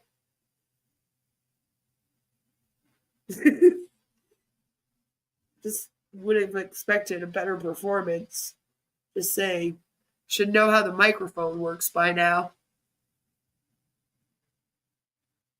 He played it for 20 years, though. I think he's too attached to the character. Too attached to the character. He's got that Blanche Dubois thing going on. If you don't know, the actress that played in the original Streetcar Named Desire, that played Blanche Dubois, actually took on the role so hard and went insane over playing the role of Blanche that she actually kind of became the character in real life. It's a really sad story. But I'm a really big Tennessee Williams fan. And it's almost like John did the same thing with the Tin Man. And this happens, this is actually a thing. Like, that's not the only case of this either. I'm sure that there's newer ones. It's just, I myself am an old movie lover. And that's the one example that my brain will just automatically go to. It's my favorite play. So it's kind of funny that he says this. I'm like, I don't know, John. Maybe you played it for too long. And now you literally can't separate yourself. Because that can actually happen. A lot of like method actors get so into the role that they will be that role on the set, even in the off time, while they're doing the play, while they're doing the movie, while they're doing the show, whatever, just so they can like stay in the same mindset, right? Never come out of character. So if you're that type of person, you have to be so careful. You have to be careful, and you have to be aware that can kind of happen to you. John apparently never got this memo, and now he's just JJB Tin Man forever of Onpassive. That's a sad fall from grace, isn't it? John isn't ready for his close. He makes 5 cents every time someone says JJB Tin Man. That's his royalties. John's hardly a good looker for an actor. No wonder he ended up with a tin bucket over his head for 20 years. To be fair, though, he's not the ugliest looking man. I mean, there's some roles that he would probably get. But he's a little delusional in his talent, I think. JB gets royalty checks for 5 cents every year. Passive income. He bought into Onpassive with Tin Man money. It's better than O coins. Just love that character. It's part of me. So I just wanted to bring that up real quick. No, I know you're. It's just so angering. It's like, okay, if somebody says to you, John, why do you go by JJB Tin Man? Why did you tell us a whole story about why you joined Onpassive? And like go on this huge rant about how you like started signing off all of the streams like that. And then later on, you're like, oh yeah, and by the way, I also played that character for 20 years. Like, why wouldn't that have been what you led with? Like, you know what I mean? Like, hey, why do you call yourself the Tin Man? Because I played the Tin Man on stage for 20 years. We all would have been like, oh, okay, that makes sense. I would have still brought up the whole streetcar named Desire thing and how you should maybe worry about that just because I can. But we would have accepted it and been like, okay, yeah, that makes sense why you would then maybe want that to be your nickname over here, which why we need nicknames? I don't know. I'm not like, why do you even call yourself anything other than just John Barilla? It's weird. But whatever. Push that thought aside. I feel like while you were telling us why, we were all just very confused the whole time. And we were like, okay, but we don't see how you signing up to Onpassive in this way with this guy that was over you and after being in a bunch of MLMs has anything to do with the fucking Tin Man, dude. And then you like come up with this whole like story of like, and then I saw Ash Mufareh had a heart. And I thought, oh wow, he really showed me I had a heart the whole time. Now I'm like, all that was just bullshit. Like, what was all that bullshit, my dude? Like, what? Like, why? Why did we do that, John? Next time, just say, I played the Tin Man on stage in a production for 20 years. And people are like, oh, cool. You don't gotta make up stories and bring Ash Mufareh into it. Lord. It's crazy. He didn't do it for 20 years, though. It was on and off, and mostly off. It is true. He did say on and off. You are right. It wasn't straight through. So maybe that's why he was a little rusty with the song. Shin bright like a diamond, John. But listen, you've done amazing things. You've done more in your lifetime than some people have even thought about. And that's what I like about you. You're not a quitter. You're a go-getter. I remember just a few months back how you face planted onto the cement. Go-getter. That was I was trying to think of a song the other day. And the song's name is Go-Getter. Thank you, Chris. That was helpful.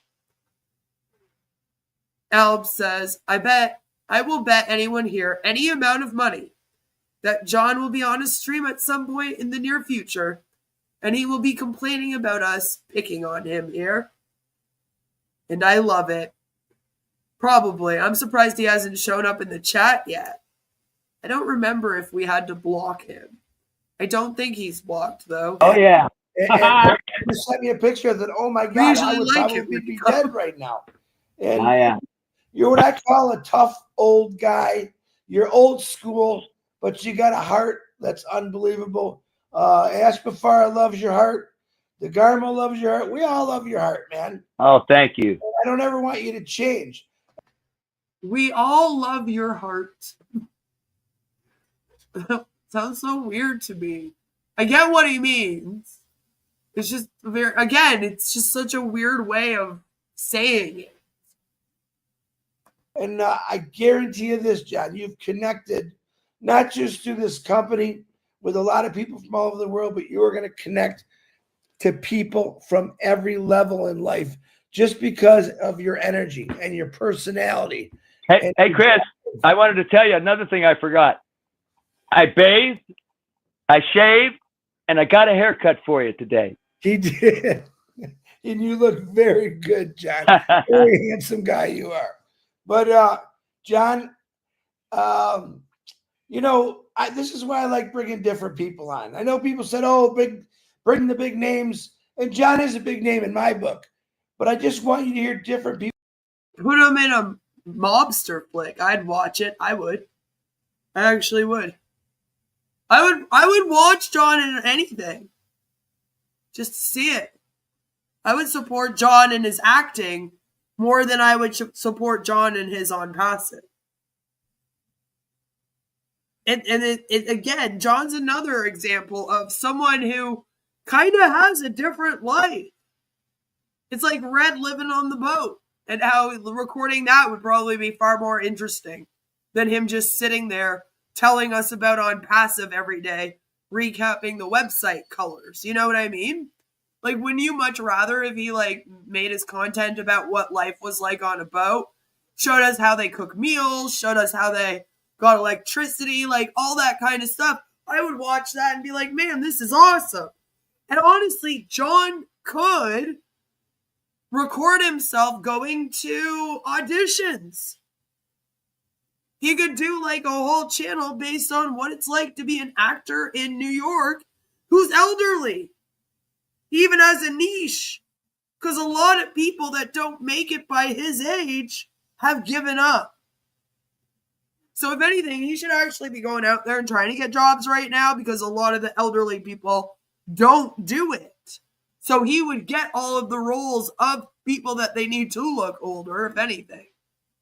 Might help him out. But I swear, like, people would find that so much more interesting. Like I said at the beginning of this, he's done some like tours, and those were better than his Onpassive stuff. I'd much rather watch those. You know?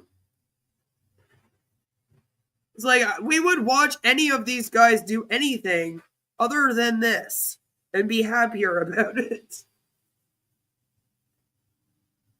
People's perspectives about some of their trials they're going through and how they don't want to give up, and they won't give up, and they believe in something that a guy is going to do for them. All right. Ash Mufareh is doing for them. And Ash Mufareh encourages people every single day, like John Barilla, just be nice to people. Be nice to people. There's nothing hard about saying good morning. I had a guy one time, John.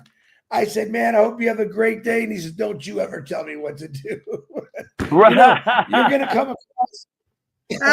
gonna come across people like that in your life. But you know what? That's, Chris, that was a joke.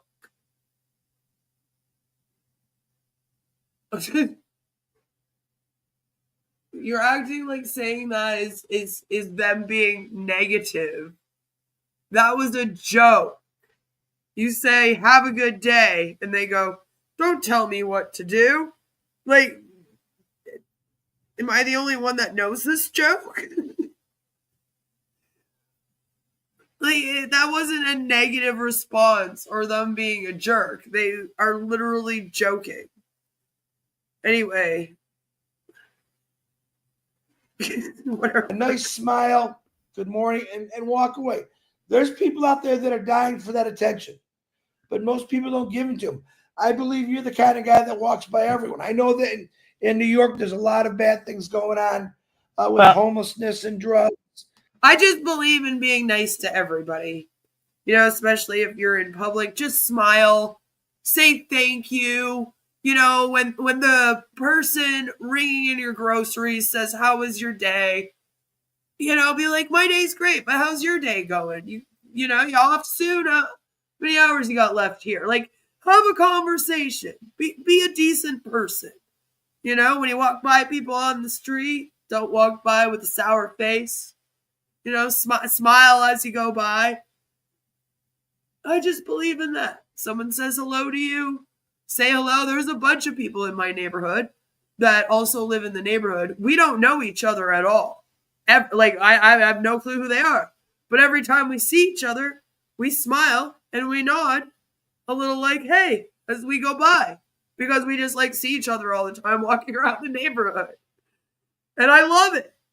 I'm like, that's cool, you know, to recognize people and to have that kind of, hey, you know? And it's like the same, like, there's like a handful of them. It's always the same ones. They'll be like, oh, that's cool.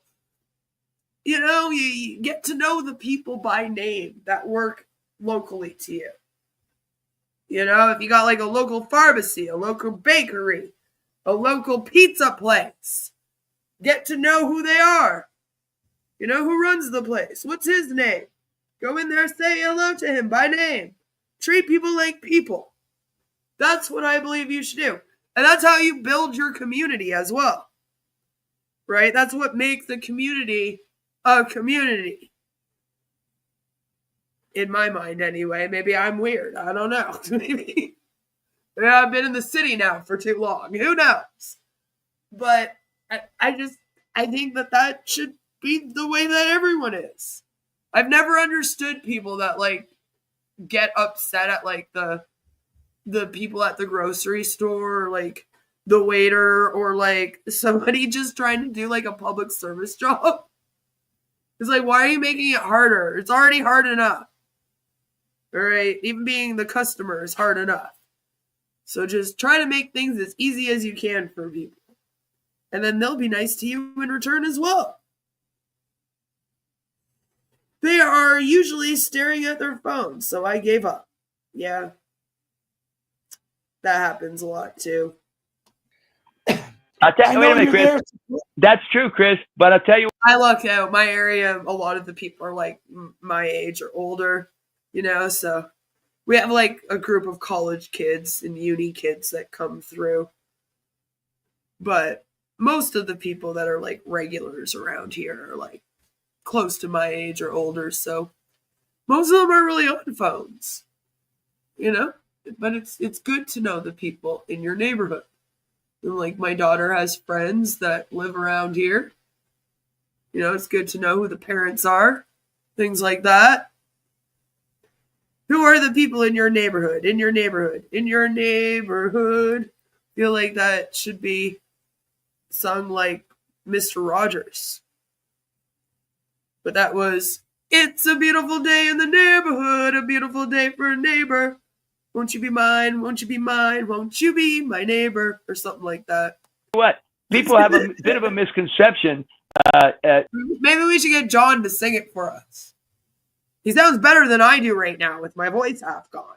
Like, you know, people are rude. There's a lot of crap. We actually are one of the safest big city in America with our statistics. And when we're out in the streets, we do talk to each other. Yes. I'm talking to people out there in the streets all the time. And even when tourists, you see they're lost. I actually believe John when he said, I feel like John is that person that would like walk up to a complete stranger, you know, like they're at the grocery store and he walks up and gets in line at the grocers and then just starts telling the person in front of him his whole life story.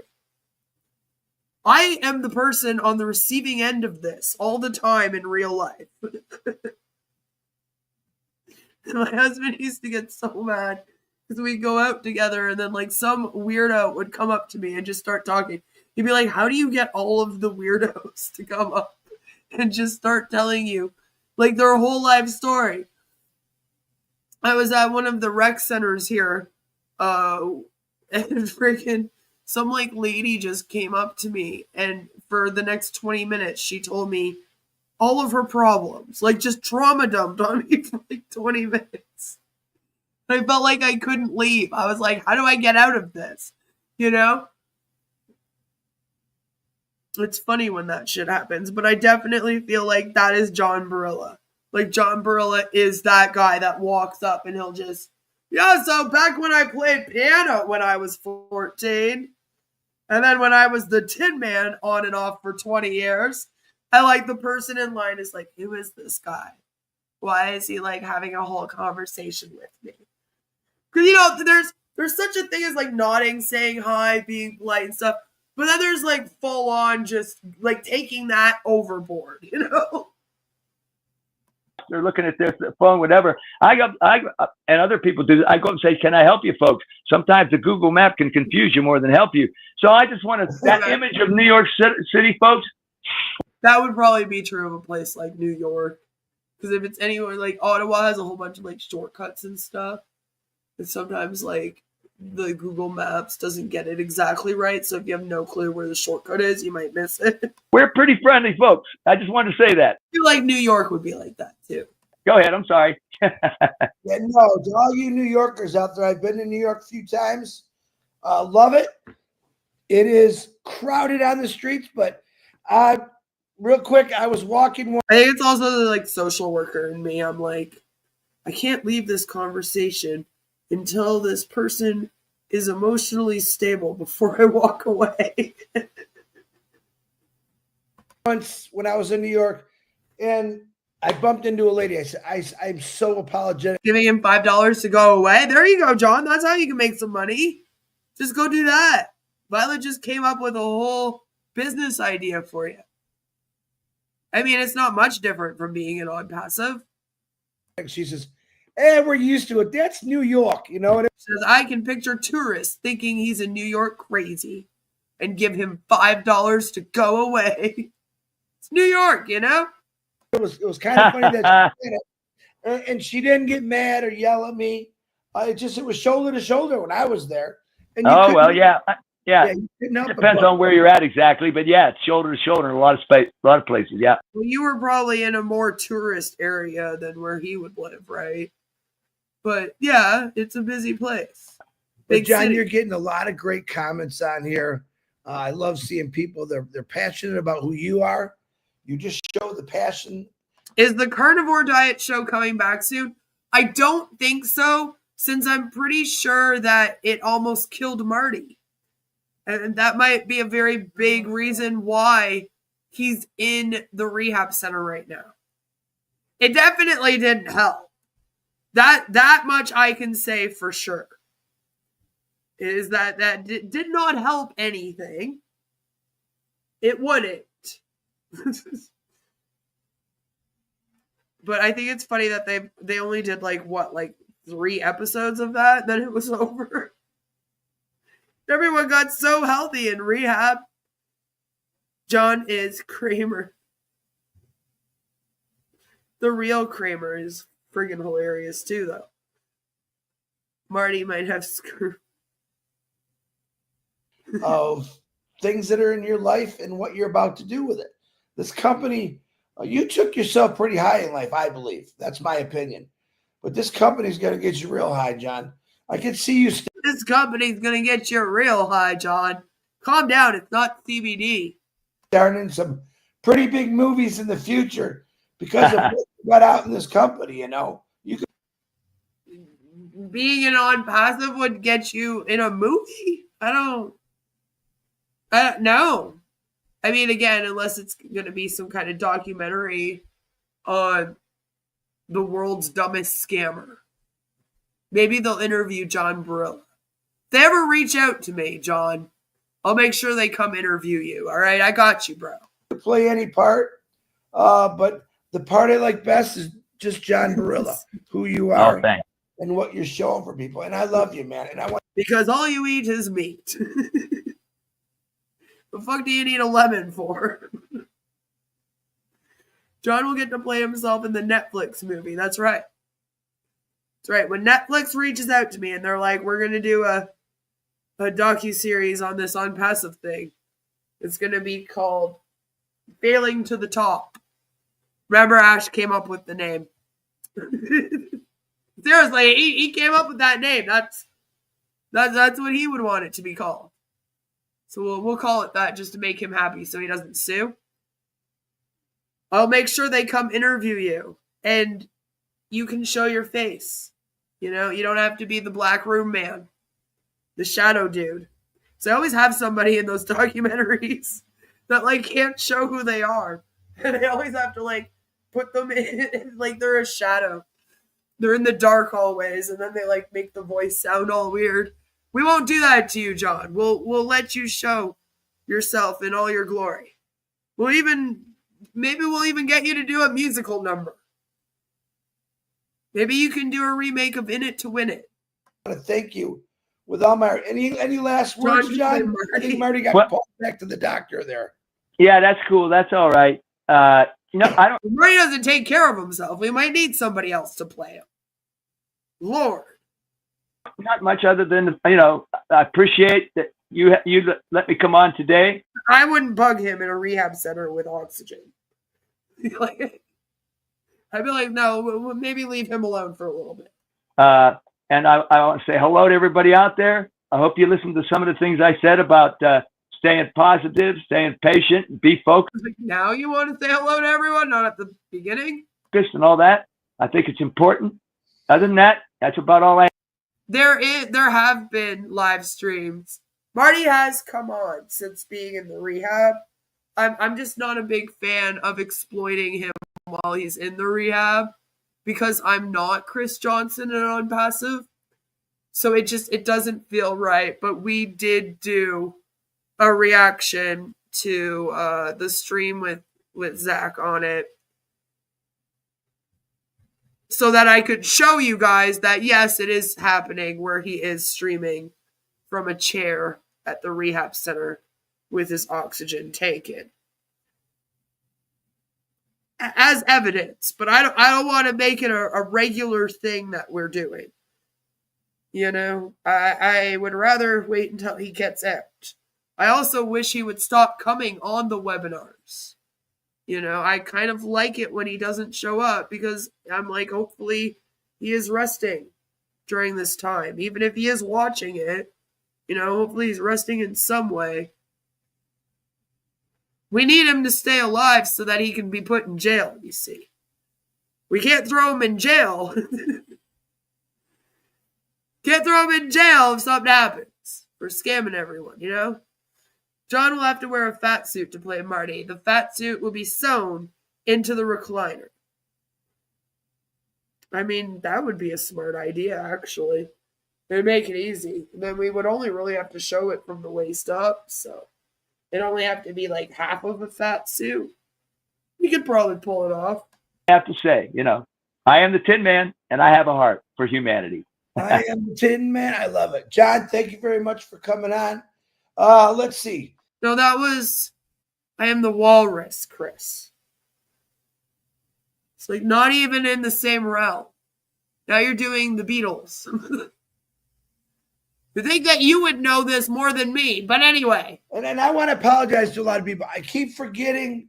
I'm so engulfed in these lives that I'm forgetting a lot of things that people are doing out there. I know Yvonne Mundy does great things. I'd like to get Yvonne Mundy on the. My whole life is just like Tennessee Williams, the Beatles, The Perks of Being a Wallflower book, and then the Rocky Horror Picture Show. The show, if you're out there, Yvonne. Well, we're going to get her on. There's some Monty Python thrown in there. Here. Yeah. There's people Lots that of are doing South things Park. every day. It's like Marcianne, I apologize. I forget. Oh, Tech Boys, I forget sometimes. Oh, yeah, I guess there would be like a cutoff. See, I don't know who's paying for his stay. They almost made it seem like Ash was at one point. Because they were like, oh, we'll get Ash to like call them up and get them in trouble for something. And I was kind of like, how would he have the power? Like, I get they probably think he has the power to get anyone in trouble for anything anywhere. But it's like, unless he's flipping the bill, why would he have a say in anything? But I don't know. I guess maybe we'll find out. Maybe they'll have to send him home. Marty has been resting for the last 40 years. What Marty needs to do is walk his ass around the block a time or two, maybe up and down some stairs. Times the heroes, all great webinars. That'd be good. I'm just engulfed in what I'm doing right now to try to push people up and forward, to inform people. There was a guy who just sent a message. You come on every day, but you don't tell us something. Listen, the reason I come on every day is to let you know that this company, like John Barilla just said, hasn't gone anywhere. I don't have all the updates. That's Ash's position to tell us that. And I think pretty soon, my opinion, you'll see him. He did say, and I want to remind everyone, people say, well, Chris, he said he was going to come on every week. No. What he said is He's going to come on every week if he's got something to tell us and say. All right. But let me assure you this. Ash Mufareh from 8 years ago. He said that he was going to start coming on every single week. And then Marty got put in the hospital. And then it was, oh, well, no, we'll wait until Marty gets out. And now you're saying, oh, no, he only said it was when he had something to say. That was at the beginning. That was like at the end of last year.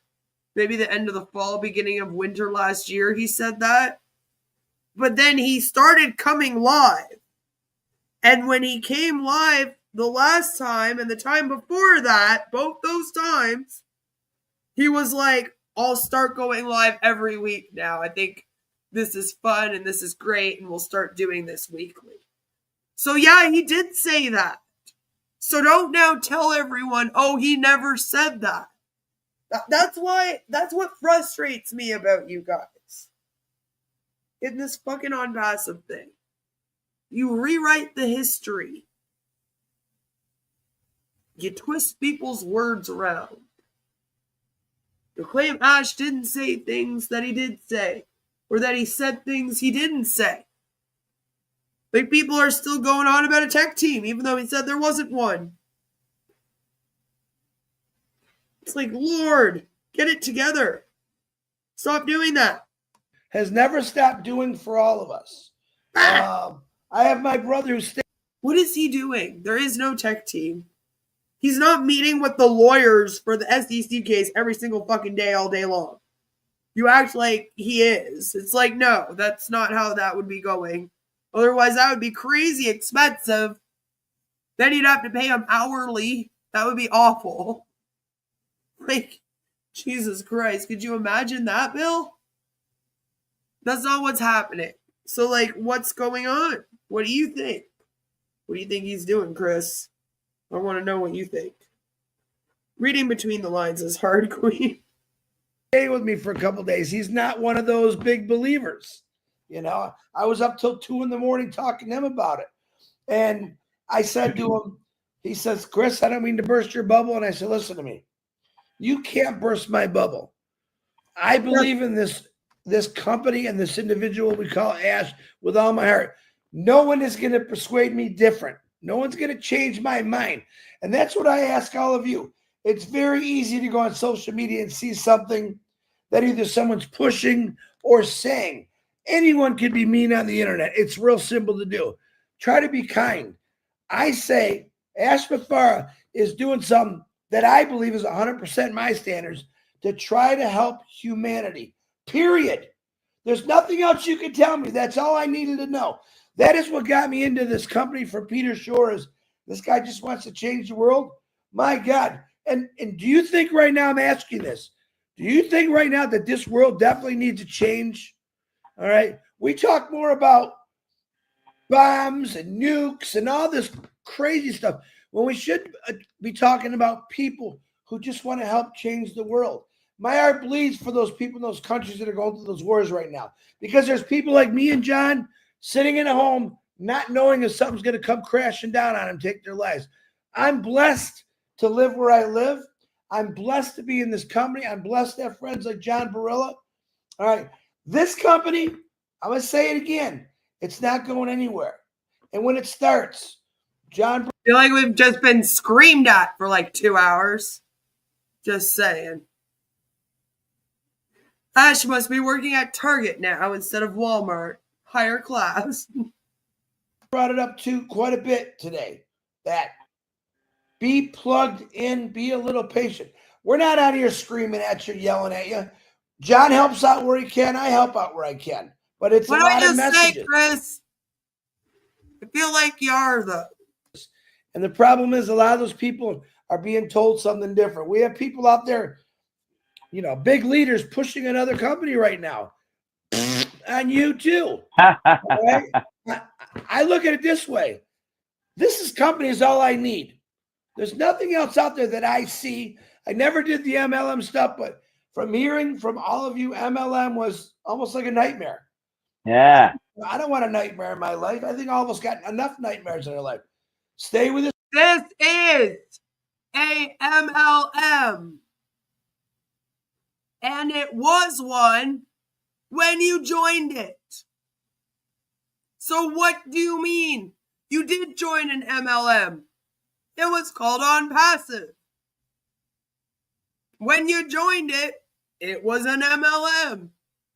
So you can't be like, I've never joined an MLM. That would be like me saying that, Chris. Fuck off. This company, stay the course, have 100% faith in Ash Mufareh and what he's doing. And I promise you, and believe in God and love God with all your heart, your life is going to change. I promise you that. John Barilla, I love you, Yes. man. Same here. Thank you, Chris. Coming on and firing people up because you absolutely did that, brother. Thank you very much. I'm glad. We'll see you later, buddy. Hang tough, hang tough.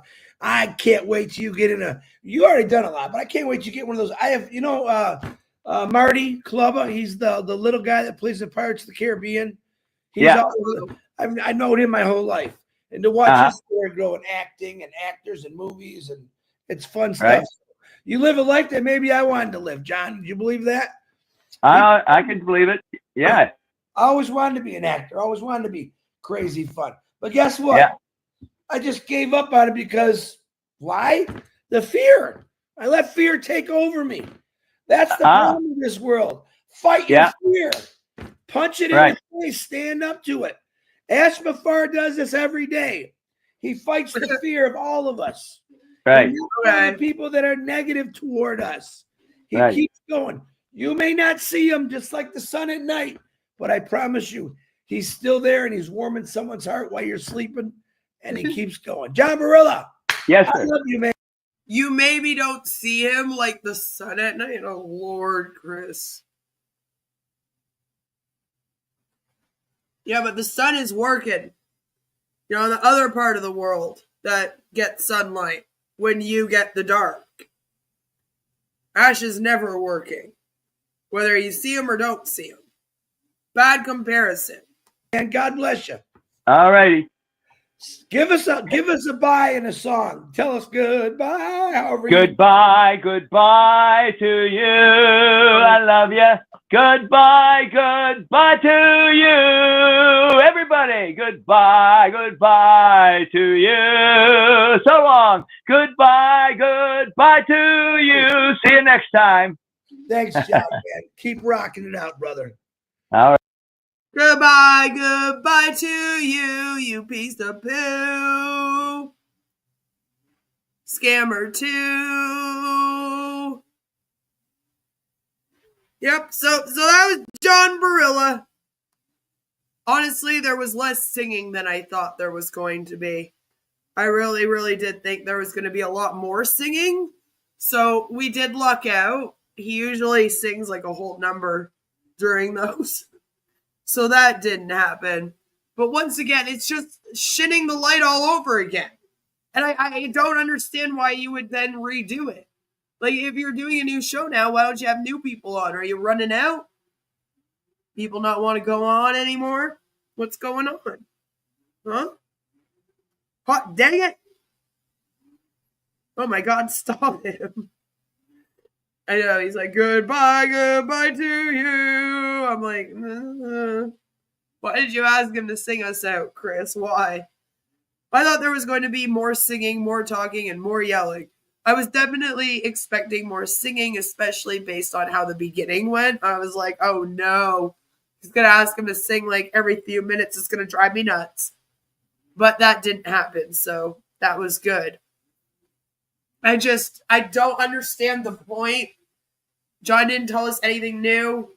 It all, of course, turns into an Ash Mufareh ass-kissing session at the end. Always does. Always going to talk about how great he is and how much you love him and blah, blah, blah, right? So, I'm not really sure what we're doing. I feel like, again, this is just a placeholder. Just to waste time. Keep the buzz going, the hype up, if you will. Because there's nothing else going on. Like, they can't do anything else, right? So, that's what they gotta do. Alb says, also, why the hell do Chris and Marty and apparently John answer the phone for these founders whose numbers they don't recognize? I don't even answer the phone when people I know call me. I don't know, Albs, and it would be one thing if they acted like nonchalant about it. But Marty and Chris, they often complain about it. So I'm like, hey, then just don't answer the fucking phone then. Like then block the person if they're bothering you or whatever. But they are right. There are a lot of top founders right now that have moved on to other things. And it's their greatest fear that everyone is going to move on to other things. So I guess they're just going to keep redoing their shows over and over again.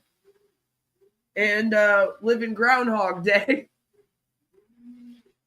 Until this thing apparently launches. Which I don't think it ever will.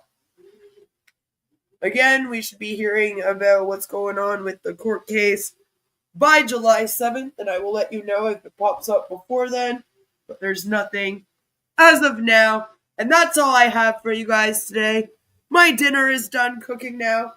I would like to go eat, so I hope that all of you have a fabulous, amazing rest of your evenings. We are going to be getting back into Eckankar, the cult that you've never heard of, that I started speaking out about a couple years ago, but nobody was ready to hear it was a cult. So everyone was just like, Queen, this isn't a cult, this is a religion. Queen, why do you hate it when people worship God? Queen, why are you such a hater about Eckankar? Harold Klepp is great. But recently, over the last several months, there's actually been a lot of people that have left Eckankar, and people are starting to speak out about it now. So I hope that we can get back to that. You know, we took a little break from it. I have gone through a lot of the readings that they tell you to do, books by Harold Klepp and whatnot, and I think we're going to be looking deeper into him and deeper into Paul Twitchell and what started this thing and how it got to where it is today. So hopefully that will be either tomorrow or Thursday. I will let you all know. So stay tuned for that on the community tab. I love all of your faces, and I will see you then. Like always, we're in it to win it.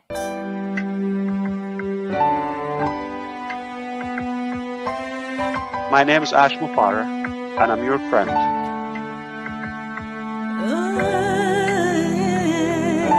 My name is Ash Mufareh, and I'm your friend.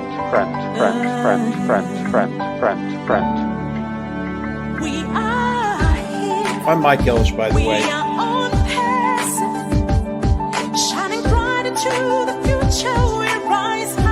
Call me Reverend Jim Jones, okay? Let's go to Guyana, all right? No joke. If that's a cult. Hey.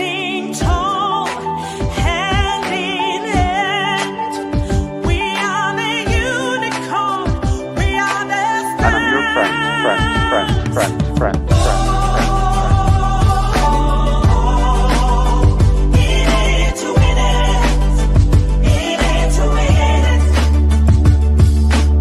That negative YouTube channel has got more followers on it than I do on my own. And it breaks my heart. And I'm your friend.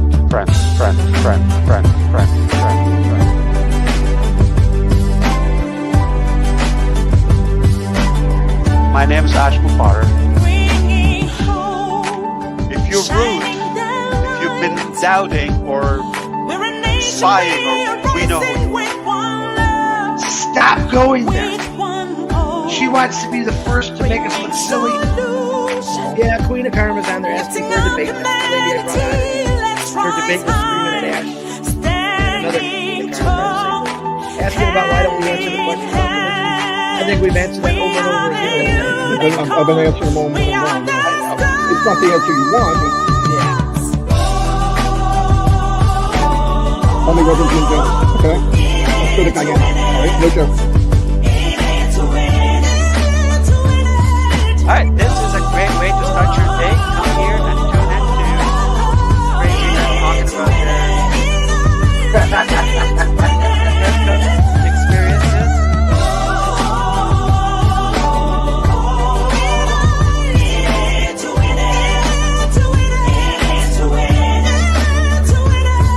My name is Ash Mufareh, and I'm your friend.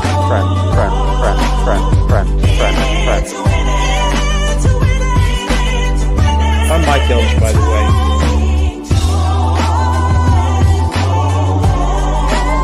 And I'm your friend.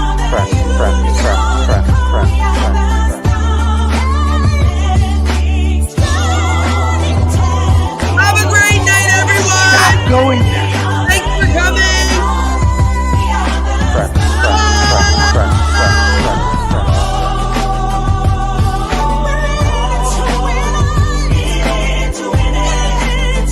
That negative YouTube channel has got more followers on it than I do on my own YouTube channel. It breaks my heart. And I'm your friend.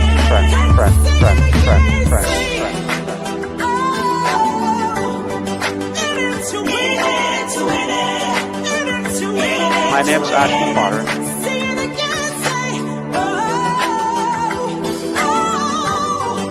Stop going there. Yeah, Queen of Karma's on there. My name is Ash Mufareh, and I'm your friend.